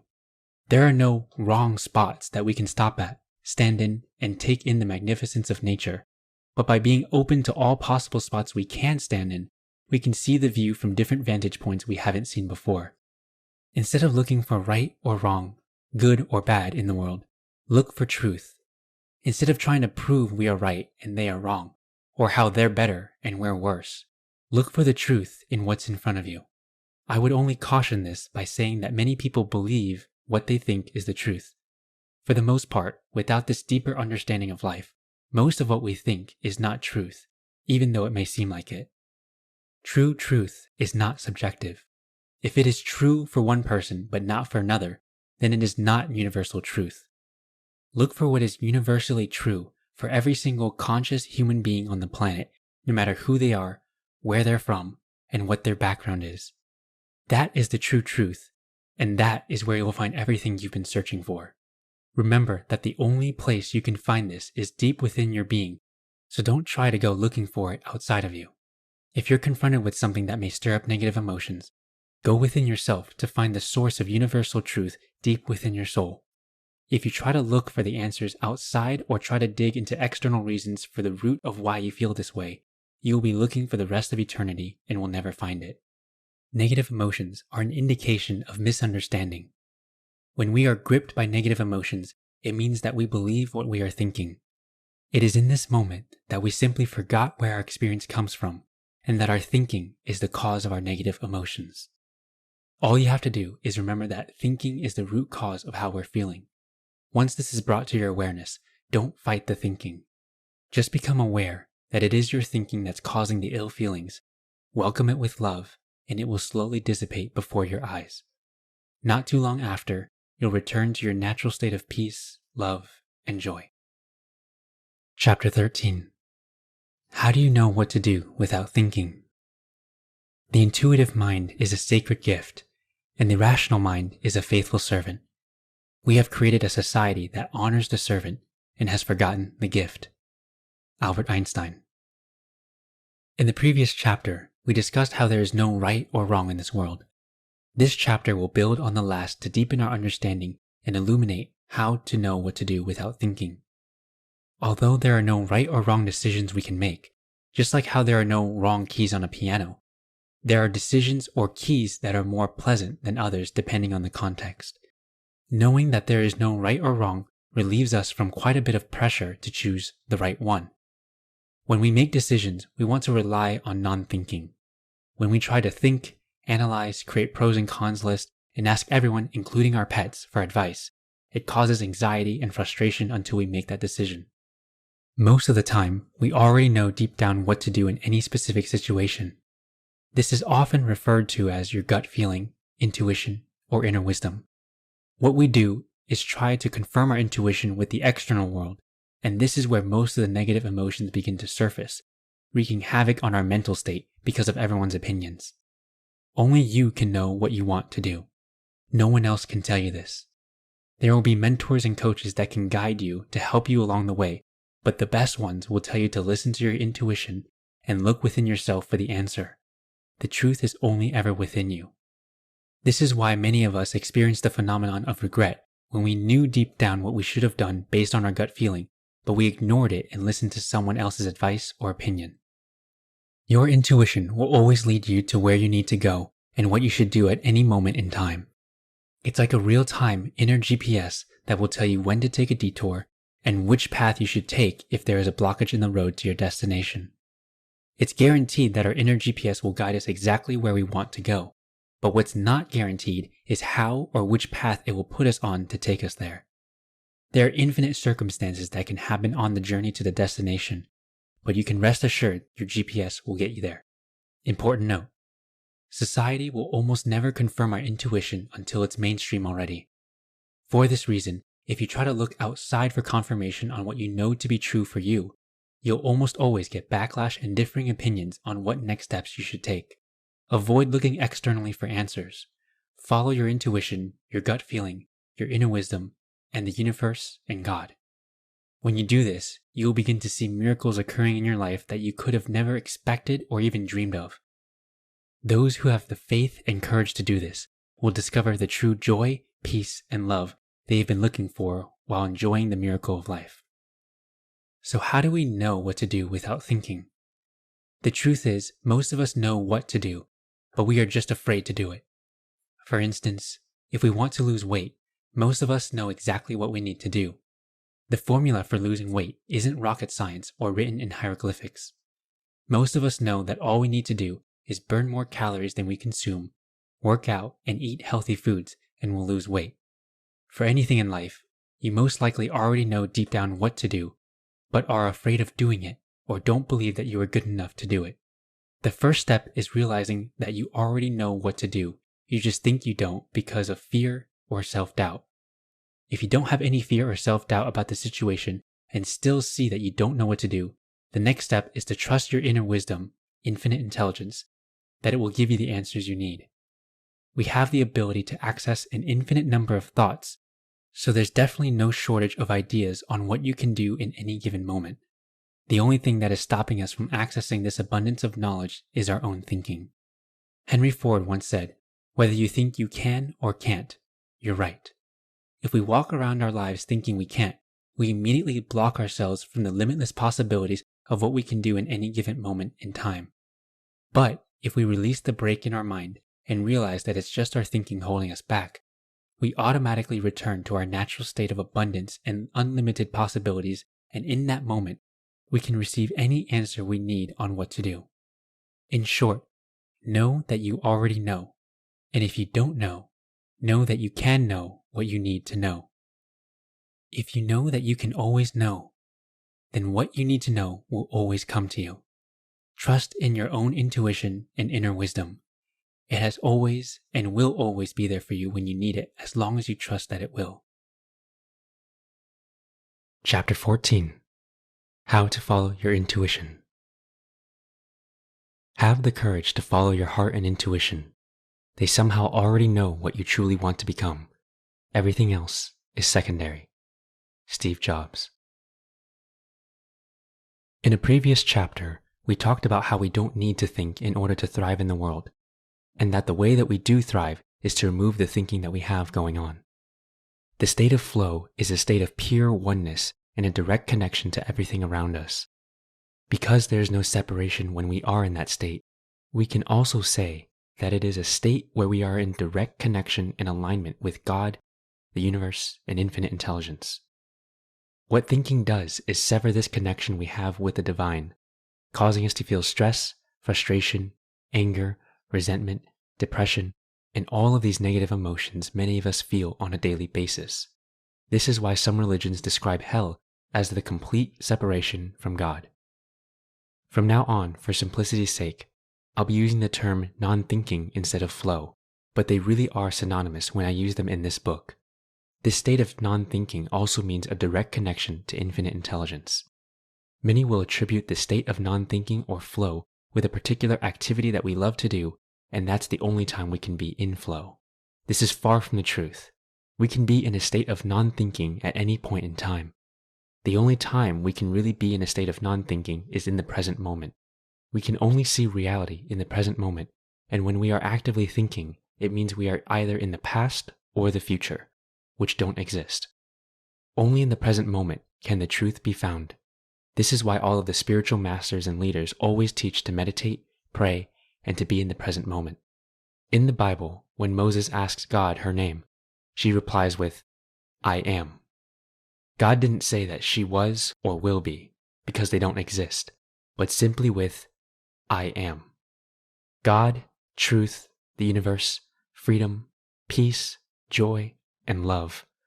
These terms are all also synonymous and can only be found and therefore experienced in the present. When you're following your intuition, it means you are trusting yourself and having faith that you always have the inner wisdom necessary to help guide you through everything in life. This is a state of non-thinking or flow. Let's explore how we can make this concept practical and bring it into our everyday lives. What does following your intuition and inner wisdom look like, and how can we do it? When you're following your intuition, you're completely tapped into something greater than your personal self. You're in a state of non-thinking, flow, and a direct connection to God. In this state, you always know what you need to do without thinking and are guided by infinite intelligence. It almost seems like we're not doing anything when we're in this zone because we lose our sense of personal self and become one with life. When we're in this state, miracles occur, such as business deals coming out of nowhere, people showing up at the right place at the right time, money comes in exactly when we need it, connections that we were looking for spontaneously fall into our laps, and life seems almost magical. Time seems to warp and bend around us, and it's because there is no sense of it. We proceed to then accomplish more within a few days than others do within a month. Abundance, love, joy, peace, harmony, and gratitude are all inevitable and inseparable feelings that are experienced in this state. Every single person has experienced instances where they have felt like this before. Although many have experienced this phenomenon, very few are able to maintain it for extended periods of time. The main reason is because most relapse back into thinking and believe that they have to figure it all out themselves. It is when we begin thinking that we lose this power of creating miracle-like events and circumstances. The truth is that we don't have to have it all figured out, nor do we even have to figure it all out. How can our limited minds possibly understand and try to manipulate the entire world to our desires? It is only when we think we know more than God that we run into problems. The great news is that we don't have to know more than her, nor do we even have to think. All we have to do is trust our own intuition and have faith that our inner wisdom will show us the way that is best for us. When you ask people who are the most abundant, joyful, and successful how they made it, they will usually attribute their success to some sort of higher power or luck. These people have trusted in something greater than themselves and thus attribute it to that instead of attributing their success to sheer willpower and brute force. There is so much in life that is completely out of our control. and we can really only control a very small portion of it. This is not to say that we give up because we can't control our lives. It's quite the opposite. When we realize that we don't have to have control and try to force everything to happen our way, we become free from suffering, pain, and frustration, and begin to fall into this state of non-thinking where things just all happen for us instead of to us. We begin to see that everything was perfectly placed in our lives to help us become the exact person we are now, and that if anything were changed, we would not have what we do now. There are millions of small circumstances and events that have to have been meticulously orchestrated for us to be where we are now. To plan that would be impossible and futile, yet here we are. This is the miracle of life. To go back on a point we just made about us not having to control things in our lives, there's a caveat I want to highlight. It is true that we cannot control everything that happens in our lives, but what we can control is whether we think or not, which is the root cause of all of our problems and negative emotions. We can decide to change our experience of life whenever we want and how we feel at any moment. This is how we can choose to be happy, by choosing to let go of our thinking. Isn't that what ultimately matters at the end of the day?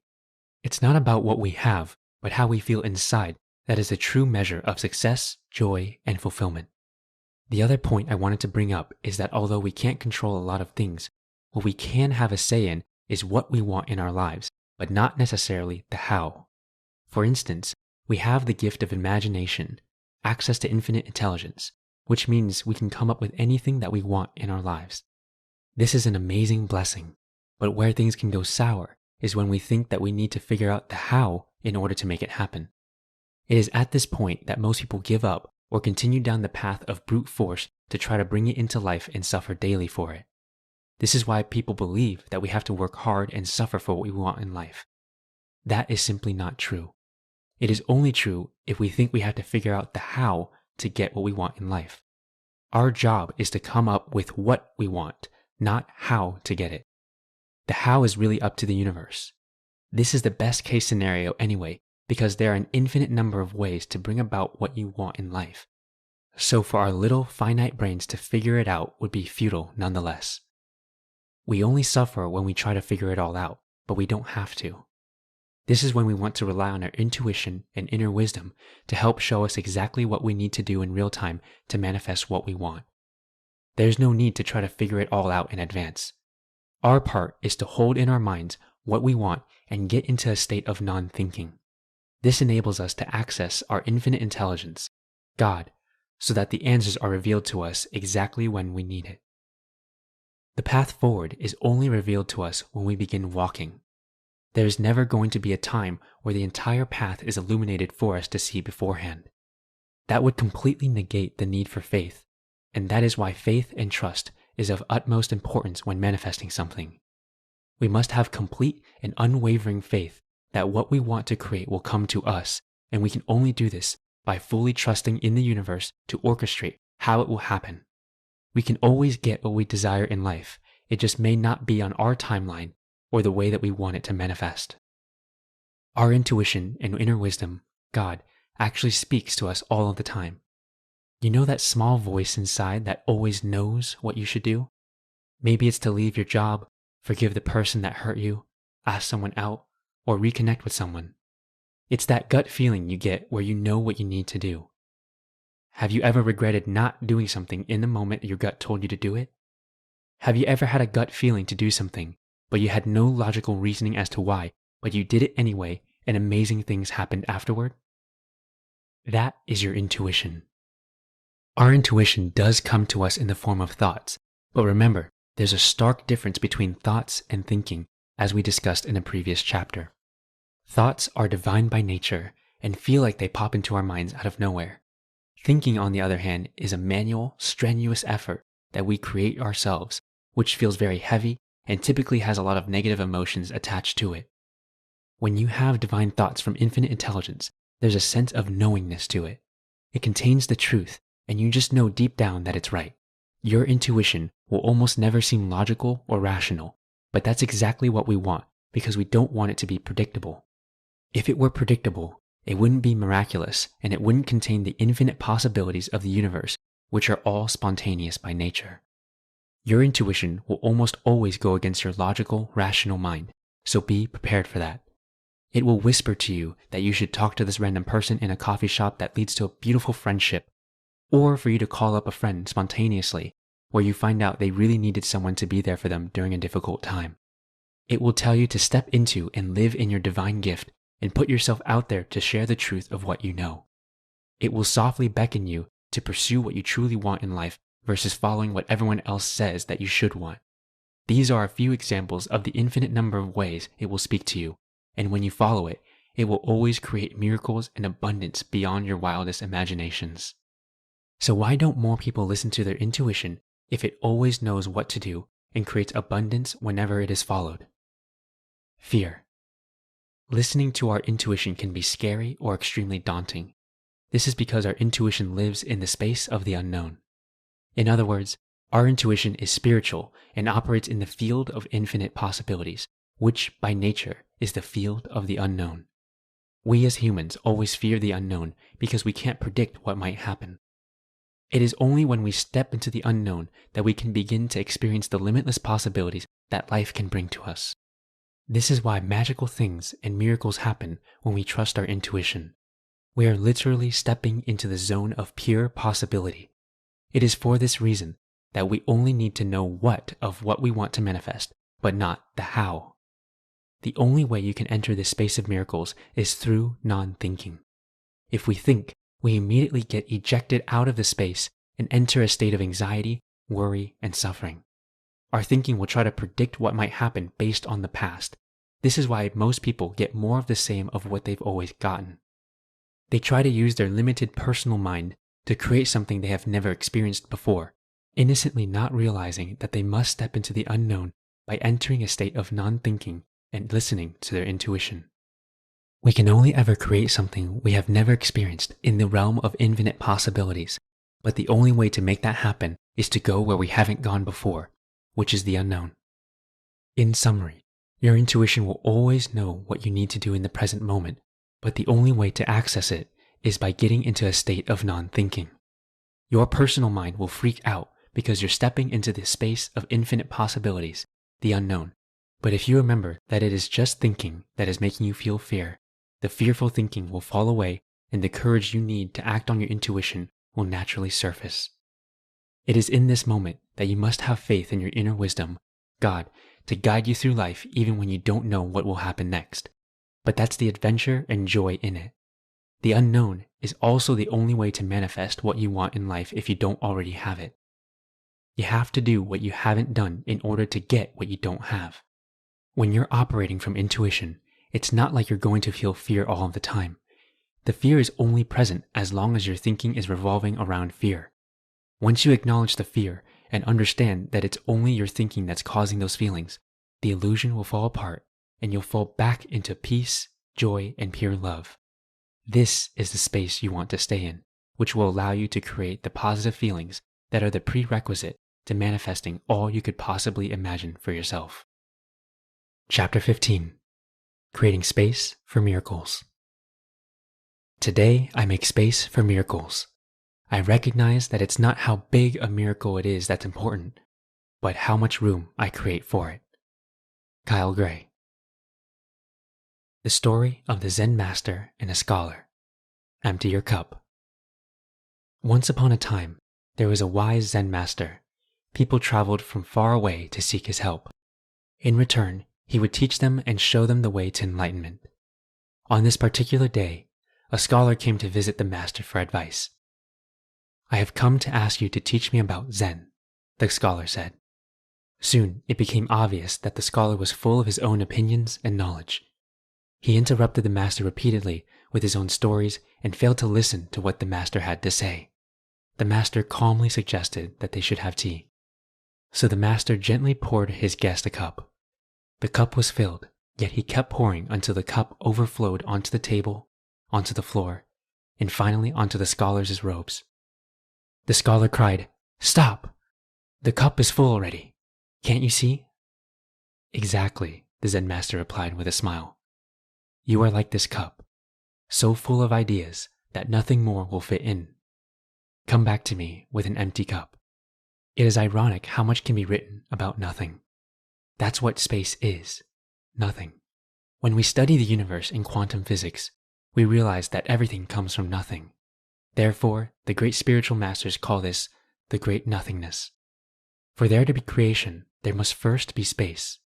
The same is true for our own minds. If you want something new to be created, such as new thoughts, then you must first create space so that you can receive new ideas that can change your life. Just like the teacup, if your mind is completely full of old thinking, it is impossible to have any new thoughts come into your mind to create the change you seek. The way you can create this space is through non-thinking. As soon as we stop our strenuous efforts to think, we immediately create space where new thoughts and ideas can enter our minds. Questions that challenge our current way of thinking are also a great way to create space in our minds. All the magic happens in this space of nothingness. For instance, great athletes go through intense periods of training, but the best athletes know that they need an equally intense period of rest afterwards to stay in peak performance. It is during this rest period that they recover, build muscle, and become stronger. This space they create for themselves through rest is where everything they wanted from the workout manifests. When Thomas Edison was confronted with a particularly challenging problem, he would sleep in his chair while holding a steel ball in each of his hands. Eventually, he would slip into a deep enough stage of sleep where the ball would drop, wake him up, and the solution to his problem would pop into his mind. Everything comes from nothing, and Edison understood this concept of creating space for new thoughts to enter his mind, instead of attempting to effort his way into solving problems with his old way of thinking. He knew that old thinking was not going to give him the solution to his challenges. We can't solve problems by using the same level of consciousness we were at when we created them. Albert Einstein. Einstein had different quirky, enigmatic behaviors just like Edison, but a similar understanding of creating space. When Einstein was stuck on a difficult problem, he would stop working on it and play the violin. As he was playing, the answer would come to him out of seemingly nowhere, and then he'd have the solution to his problem. Einstein had created space within his mind through non-thinking to be able to receive divine downloads from the universe. We don't have to try to figure everything out. Even the people we deem as geniuses didn't strain and effort their way into making the greatest discoveries in the world. So what makes us think we have to? We are no different than them and are all connected to the same source. With the correct understanding, we can also receive insights to any challenge we're facing.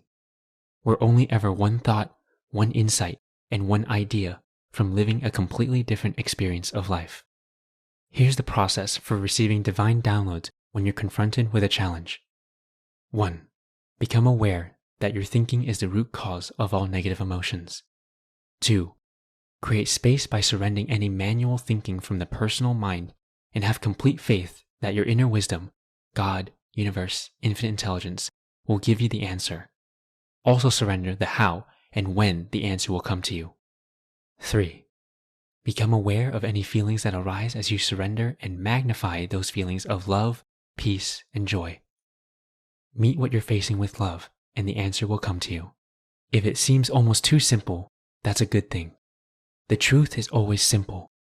Although it may be simple, it's not always easy, and even the greatest spiritual masters struggle at times. What's important is not when we get caught up in our thinking, because it's inevitable, but what we do when we catch ourselves thinking again. As long as you continually remember that we can only ever feel what we're thinking, and that thinking is the root cause of all of our suffering, then you're free. Chapter 16. What happens when you begin living in non-thinking? Potential obstacles. Do not let the behavior of others destroy your inner peace. Dalai Lama. As you go along your journey of non-thinking, you'll inevitably hit some roadblocks along the way. So I'd like to bring up some of those potential issues before you encounter them so that it is a little bit easier for you. Once you begin living your life in non-thinking, you'll be having the time of your life, not having very many worries, stress, or problems in your life. Many of them will just vanish before your eyes because if you don't see them as problems anymore, they literally stop being a problem for you. What you'll notice is that you haven't felt this type of peace and serenity in your life before, and thus it will feel unfamiliar. We as humans biologically don't like what's unfamiliar because it means uncertainty. What's ironic is that right about this time is when most people begin thinking that something is wrong, because they feel so happy and peaceful the majority of the day. Many feel like they're not as productive, have lost their edge, or are just lazier. This is far from the truth, and it's just your brain attempting to begin thinking again to create the illusion of safety it wants to feel. The truth is that we are the most productive as humans when we are happy and in a state of non-thinking. Time seems to fly when we are in a state of pure joy. Tasks are easier, we perform better, people gravitate to us, we attract way more abundance, and miracles begin to occur out of nowhere. You just have to stay in the state of non-thinking long enough to experience these things, and you'll never want to go back. This is when faith becomes of the utmost importance. Having faith that things will be okay. Know that the universe is working for you, not against you. That everything happens for a reason, and that there are no failures in life, just lessons and opportunities for us to grow. We must have faith in the unknown, because that's the only place that contains the possibility for anything to be different than the life we're living now. The unknown is where all possibilities exist, including everything you could possibly ever want for your life. Once you have the courage to make the leap into the unknown and to not be afraid of it anymore, it's impossible that your life won't change. If you begin feeling like something's wrong because you feel way too peaceful and content, know that it's only your mind trying to make you think again. Your mind is the greatest salesman and knows exactly what to say to you to bring you back into its vicious cycle of destructive thinking. It is in this moment that you have the choice to have faith in the unknown and to stay in the feeling of happiness, peace, and love, or to go back to the old patterns of familiar pain and psychological suffering. We can either choose to be free and happy in the unknown, or to be confined and suffer in the familiar. If you do fall back into thinking, it is completely okay. Do not beat yourself up about it. Don't feel guilty that it happened. There's no need to punish yourself because that will only perpetuate the thinking. Know that it is absolutely human to think. Once you catch yourself and see that it is your thinking that's causing your suffering, that's all you need to do in order to bring yourself to a state of peace, happiness, and love again. The transition can happen painlessly and effortlessly if you let it. Chapter 17. Now what? There will come a time when you believe everything is finished, and that will be the beginning. Louis L'Amour. Although this is the end of the book, it is just the beginning of a new life for you. You are only ever one thought away from peace, love, and joy, which come from a state of non-thinking. Remember this and keep it close to your heart, because it is all the hope you need when life gets inevitably tough. In the beginning, I promised you that you will not be the same person as you were before you read this book. If you began reading this book with the intention of having an open and willing mind, then you have already received numerous insights that have completely changed the way you look at life, and thus you are not the same person as you were before. Once you see something new from an insight, you cannot unsee it. Once your consciousness expands, it cannot contract again. We may forget from time to time and cause ourselves to suffer when we begin thinking again, but as soon as we remember that, we immediately realize that we are the ever-expanding awareness of life itself and find love, peace, and joy in the present. If this seems like it is too simple and that it can't be all there is, that is just your mind causing you to think again. The truth is simple and will always be.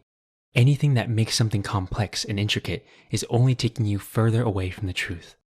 The truth is not something you think, but something that you know and feel deep within your soul. Listen to that inner wisdom inside of you that knows all of this. Let it guide you through your life. We are the most fulfilled when we listen to our soul. The world will continuously advertise to us that we are not enough, that we are missing something, or don't have everything we want. People will constantly bombard you with their own opinions, judgments, and advice. Know that they are innocently caught up in their thinking and thank them for caring, but do not fall into the illusion that you need any of that. Everything you could possibly ever want and need is already inside of you. You are already all the love, joy, peace, and fulfillment you have ever wanted. It is only when we forget that fact and get caught up in our thinking that we do not see it. Continue to live in this state of pure peace and let go of any thinking that may pop up in your mind. The longer you can stay in this space, the more miracles will show up in your life.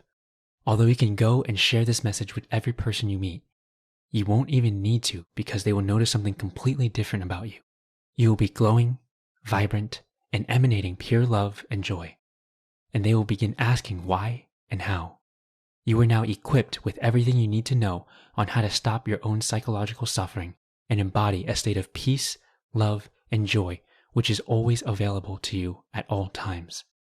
There's a good chance you have already experienced the bliss of knowing and being this.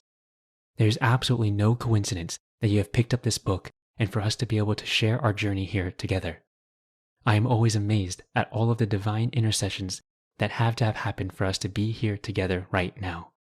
It is truly humbling and an incredible blessing that you have allowed me to guide you through this infinitely beautiful experience we call life. Before we close this chapter, I do have one small favor to ask. If you have found this book helpful or insightful, it would be an incredible honor if you could take 60 seconds to leave a review about this book on Amazon. I would truly love to hear about your thoughts, insights, feedback, your personal journey, and everything in between. The few words you share there will help spread this message to so many souls who are looking for the same answers you are. And it will change someone's life, because who doesn't read Amazon reviews before they buy something, right? For anyone that is interested in connecting with me even further, I would love to hear from you at hello@josephwynn.org about anything and everything. It brings me such a deep feeling of joy to hear other people's stories, so I do keep my inbox open for those who would like to share. I look forward to hearing from you soon. With love and light, Joseph. P.S. In the next few minutes, I will be reading a summary of the book as well as sharing guides to help you implement much of what is mentioned in this book. If you would like to receive a PDF version of the summary and guides, you may visit josephwynn.org/resources to download it for free. That's josephphnguyen.org/resources. Also, if you feel inspired to personally get additional help with applying these principles to change your life or business, I'd love to invite you to visit my website, josephwynn.org, to explore possibilities of how we can work together. Summary of non-thinking. Thinking is the root cause of all suffering. There is no other answer to why we feel negative emotions other than it is from our own thinking. Everything can be traced back to our thinking, which makes problem solving very simple. Once we realize that our thinking is causing how we feel, we can let go of it and return to our natural state of peace, love, and joy. When we let go of our thinking, it creates space for us to be able to allow all positive emotions we want to feel to surface from within us. We don't live in reality. We live in a perception of reality, which is created by our own thinking. Thinking is not an effect of our experiences, but the cause of it. The thoughts in our minds are not facts. Our thinking only has control over us if we believe it. Let go of the belief in the thought to let go of the suffering. Our feelings are direct feedback and an innate internal guidance system to let us know whether we are lacking understanding or have absolute clarity of truth. Feelings are an invitation to deepen our understanding of the truth. We are in flow when we are not thinking. There is no separation between us and the universe and all of life when we are not thinking. It is only when we think that we cut ourselves from source and feel separate from all things. The birth of the ego. Thinking and thoughts are two different things. Thinking is a verb and requires our manual effort, which causes suffering. Thoughts are nouns, which do not come from us and are divine downloads from the universe. We think because it is a biological response to survive. Our minds think only because it is trying to keep us alive, but it does not help us thrive. It is only concerned with our safety and survival, but not our fulfillment. Thinking holds us back from our highest selves by causing negative feelings within us that prevent us from following our true callings. Our minds are limited to our personal experiences. If you want to receive insights, creativity, and knowledge beyond the capabilities of your current self, simply choose to listen to infinite intelligence rather than your finite mind. This infinite source of truth is available to all people at all times if we allow it to be. Universal intelligence, mind, is the energy that is everything in the universe. It is a source of where everything comes from that is before form, and we are made up of it. This energy has a feeling, which is the feeling of love, peace, joy, connection, and well-being. This is what we fall back into when we let go of our thinking, and it is our natural state. Since we are always connected to the same source of infinite intelligence, once we let go of our thinking, we access new thoughts, ideas, and insights even if we have never experienced them before. The more we trust our intuition and this infinite intelligence, the more we will receive these insights that are always available to us. Peace, love, joy, and all positive emotions are our default states as humans. It is only when we begin thinking, then we get taken out of that natural state. Once we let go of our thinking, we fall back into our natural state of being and experience all positive feelings effortlessly. We are ever only one thought or one insight away from expanding our consciousness and experiencing a deeper feeling of love at all times, which comes from a state of non-thinking. Clarity is the nature of our minds in our default state. It is only when we get caught up in our thinking that things do not seem so. If we let go of our thinking, we return back to our factory default setting of peace, love, joy, and a quiet mind. There is nothing inherently wrong with anyone or anything in the universe, but our thinking will make us think so. You do not have to be fixed because you are not broken. There is only something for you to realize and remember, which is that thinking is the root cause of our suffering. You do not have to do anything about your thinking. All you have to do is shift your understanding of thinking, and you will fall back into the truth of who you are, which is beyond your thinking, your body, and everything you think you know. As soon as you let go of your thinking, you become one with infinite intelligence, allowing you to feel a never-ending abundance of love, peace, and joy that is always available to you because that is your true nature. When you create space for infinite intelligence, it makes space for you. The more you trust it, the more it trusts you. There is never an end to how much space you can make for it. When you prioritize making space in your life and in your mind for infinite intelligence to come through, your life will change. A guide to stop thinking. Eliminate things that may make you more prone to thinking, or things that cause you to be in a fight or flight mode. Eliminate as many things and actions in your life that do not inspire you or excite you. Create an environment that helps put you into a non-thinking state. Create a morning activation ritual to help you start your day in a peaceful, non-thinking state. Use this space to receive insights from infinite intelligence to help you navigate through life. Create space in your day to be able to decompress, relax, and return to a state of non-thinking. Write out things you can do during your day that can help you achieve this. It could be journaling, taking a walk, meditating, playing with your pets, taking a nap, doing yoga, or anything relaxing. Framework for how to stop thinking. 1. Realize thinking is the root of all suffering. Understand the true nature of thinking. Realize if you're suffering, you're thinking. Realize the difference between thinking and thoughts. Don't try to find the root cause. Thinking is the root cause. 2. Create space for persisting negative thinking. Allow them to be there and acknowledge them for what they are. Understand that you are the sacred space that holds these feelings, but you are not the feelings themselves. Don't be afraid to be alone with your thinking and have the courage to allow it to be in your consciousness. Welcome it in and see that the thinking just wants to be acknowledged. Realize that negative thoughts only have power over you if you believe them. Once you allow them to exist in your consciousness and don't resist the feelings, you can then look beyond the feelings to see the truth behind it all. Every feeling contains a seed of truth in it, which will help you deepen your awareness and allow you to experience life more fully. 3.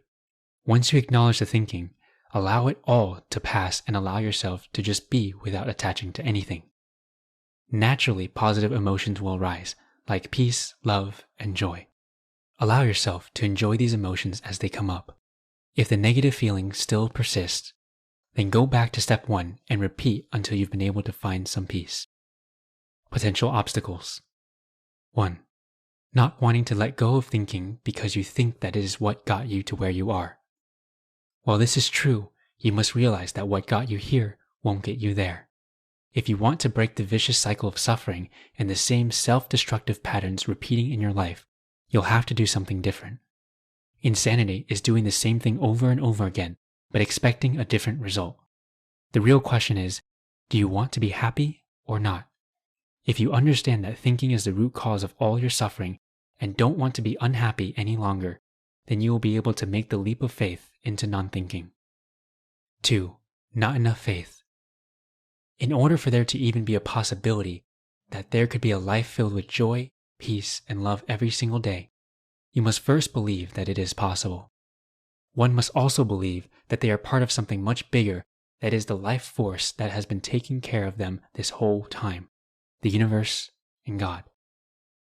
Having faith in something much bigger than we are without being able to fully comprehend it with our finite minds is the only way we can surrender our manual efforts and experience total peace in our lives versus worrying about everything. 3. Fear. Fear is a completely normal emotion when it comes to trusting the universe, which is also the unknown. Fear is an indication that something is very important to us, so this is a great sign. Everything we could ever want is on the other side of fear, and deep down you know this is the truth. The test we must pass in order to obtain all we desire is fear itself. The only way out is through, and going deep within yourself to see and know that you will be okay no matter what. That this fear cannot and will not kill you. But if you do not confront it, it will take the life of all of your dreams instead. Thinking is the root cause of fear. If you do not think, there is no fear. Follow the framework for how to stop thinking to overcome the fear and experience what life can be like without limits. How you will know if you're in a state of non-thinking. If you're not thinking, you will experience complete peace, love, joy, passion, excitement, inspiration, bliss, and any positive emotion your mind can conceive. You'll feel like you're in flow. You'll lose sense of time, space, and even yourself. You'll feel one with life. This is how you know you are not thinking. Reflection prompts. On a scale of 1 to 10, how much did you think today? 1 being low, 10 being high. What percentage of your day was spent in a fight or flight mode? What percentage was spent in a relaxed, calm state? A guide to creating a non-thinking environment. Your environment will either induce or support the state of non-thinking, or it can make you more prone to thinking. Although we create our reality from the inside out, many times we are still affected by our environment. Since we are spiritual beings living in a physical world, we cannot completely detach from this 3D world just yet. So it is important to create an environment that is conducive to non-thinking. In order to be productive, the best way to do it is to eliminate distractions instead of trying to do more. Similarly, if we eliminate many of the things that we know that can trigger us to relapse back into thinking, then we will be able to stay in a peaceful state of non-thinking much easier. Remember that changing your environment and not yourself will not work long term. A delicate blend of both will be what you need to create a beautiful life you love to live. Framework for removing thinking triggers. 1. Perform an audit to see what things can make you more susceptible to thinking and make a list. A. Write everything down that comes to mind. What can help is to tap into your intuition and feel energetically in your body if this specific thing in your environment will help or hurt you. If you are in a calm, relaxed state, the answer will be obvious. B. If you're having trouble with coming up with things, try to remember what things tend to put you in a fight or flight mode, make you anxious or overthink. Anything that puts you into a survival state will not help you maintain a state of non-thinking. C. If it is still difficult to think of things, you can keep a journal as you go about your week and write down anything that seems to put you into a fight or flight mode. You'll have a nice list by the end of the week. 2. Organize all of the things you wrote down into categories. Here are some examples of categories. Physical health. What things that when you put into your body can make you more prone to experience a fight or flight response? Anxiety, stress, overthinking. Foods, stimulants, drinks, etc. Physical environment. What things in your physical environment can make you more prone to experience a fight or flight response? Anxiety, stress, overthinking. Digital environment. What things on your phone, computer, or TV can make you more prone to experience a fight or flight response? Anxiety, stress, overthinking. Digital consumption. What media, content, when you consume, can make you more prone to experience a fight or flight response, anxiety, stress, overthinking. 3. After you categorize everything, reorganize your list and begin ranking the items from things that affect you most to the least. 4. Choose the top items from each list and create an action item on what you plan to do in order to remove it from your environment. Choose only what would be manageable and possible for you to remove without making you prone to even more stress.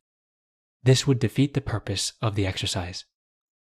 Start small, and after you've become acquainted with the changes and see the impact, you can begin eliminating other things. Framework for creating a non-thinking environment.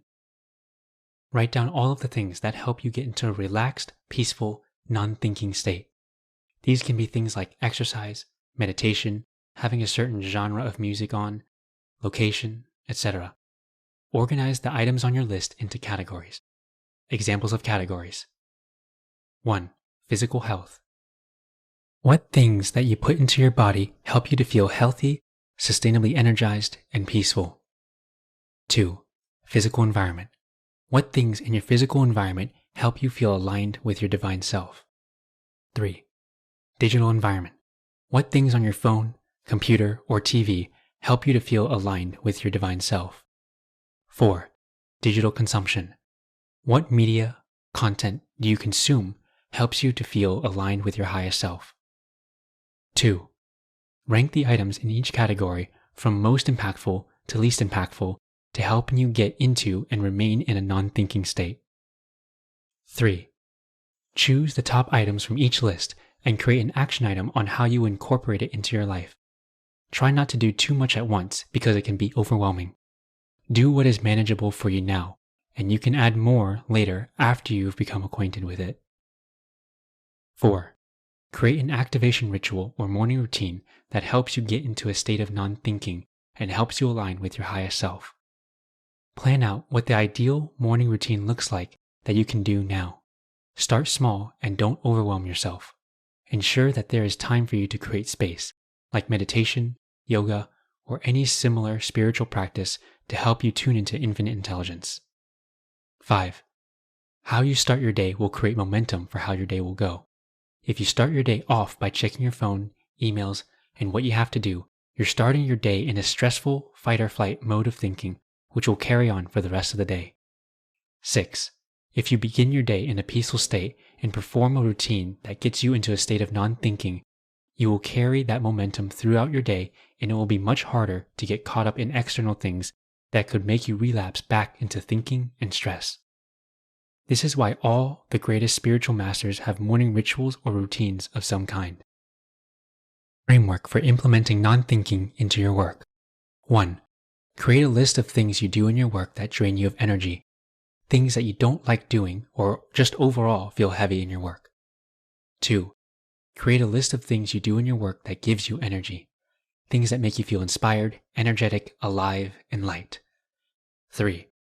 Go back through your whole list and give a rating for each activity that you do on a scale of 1 to 10, with 1 being extremely energy draining and 10 making you feel the most alive, inspired when you do it. 4. Each week, eliminate 1 to 3 things from your energy draining list and do more of the activities that are a 9 and 10 on your list. 5. The goal is to get to a point where you're spending 80% of your work time doing things that are a 9 and 10 on your list. A guide to overcoming destructive habits and behaviors.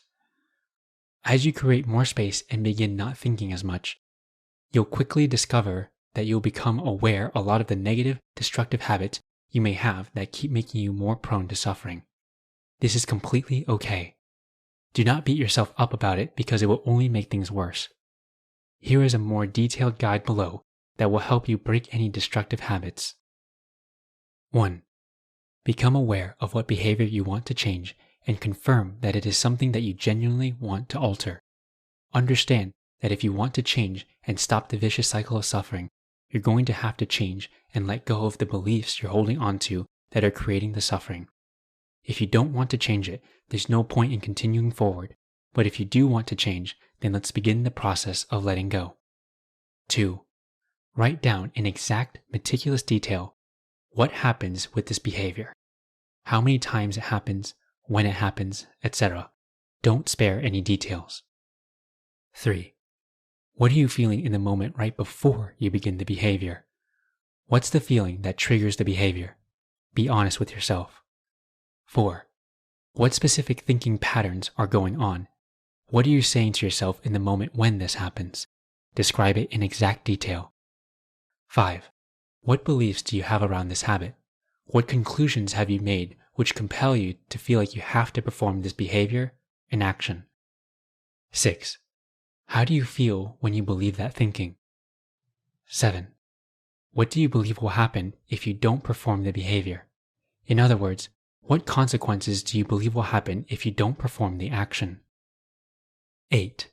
Is it absolutely 100% true that it will happen if you don't perform the behavior? 9. Can you see how destructive this thinking is and how much it causes you to suffer? 10. Are you willing to let this thinking and behavior go now? 11. Consult your inner wisdom and highest self. What is it trying to tell you? What is it trying to help you learn? How is it telling you to restore balance into your life? How is it telling you to grow right now? Create space and wait for an insight from infinite intelligence as to why you actually want to change. 12. When you receive the insight, allow yourself to fully feel the freedom, peace, and joy. Feel the weight lifted off your shoulders. You'll know you did it right if you physically and energetically feel lighter, and if you don't see the action and habit in the same way anymore. Fully immerse yourself in the feeling of deep gratitude and just allow yourself to be. 13. Write down any insight you've had and journal your experience you just had so you can have a documentation of these miracles in your life. What to do if the feeling comes back up again. Follow this guide again until you have an insight or breakthrough that completely changes the way you look at life.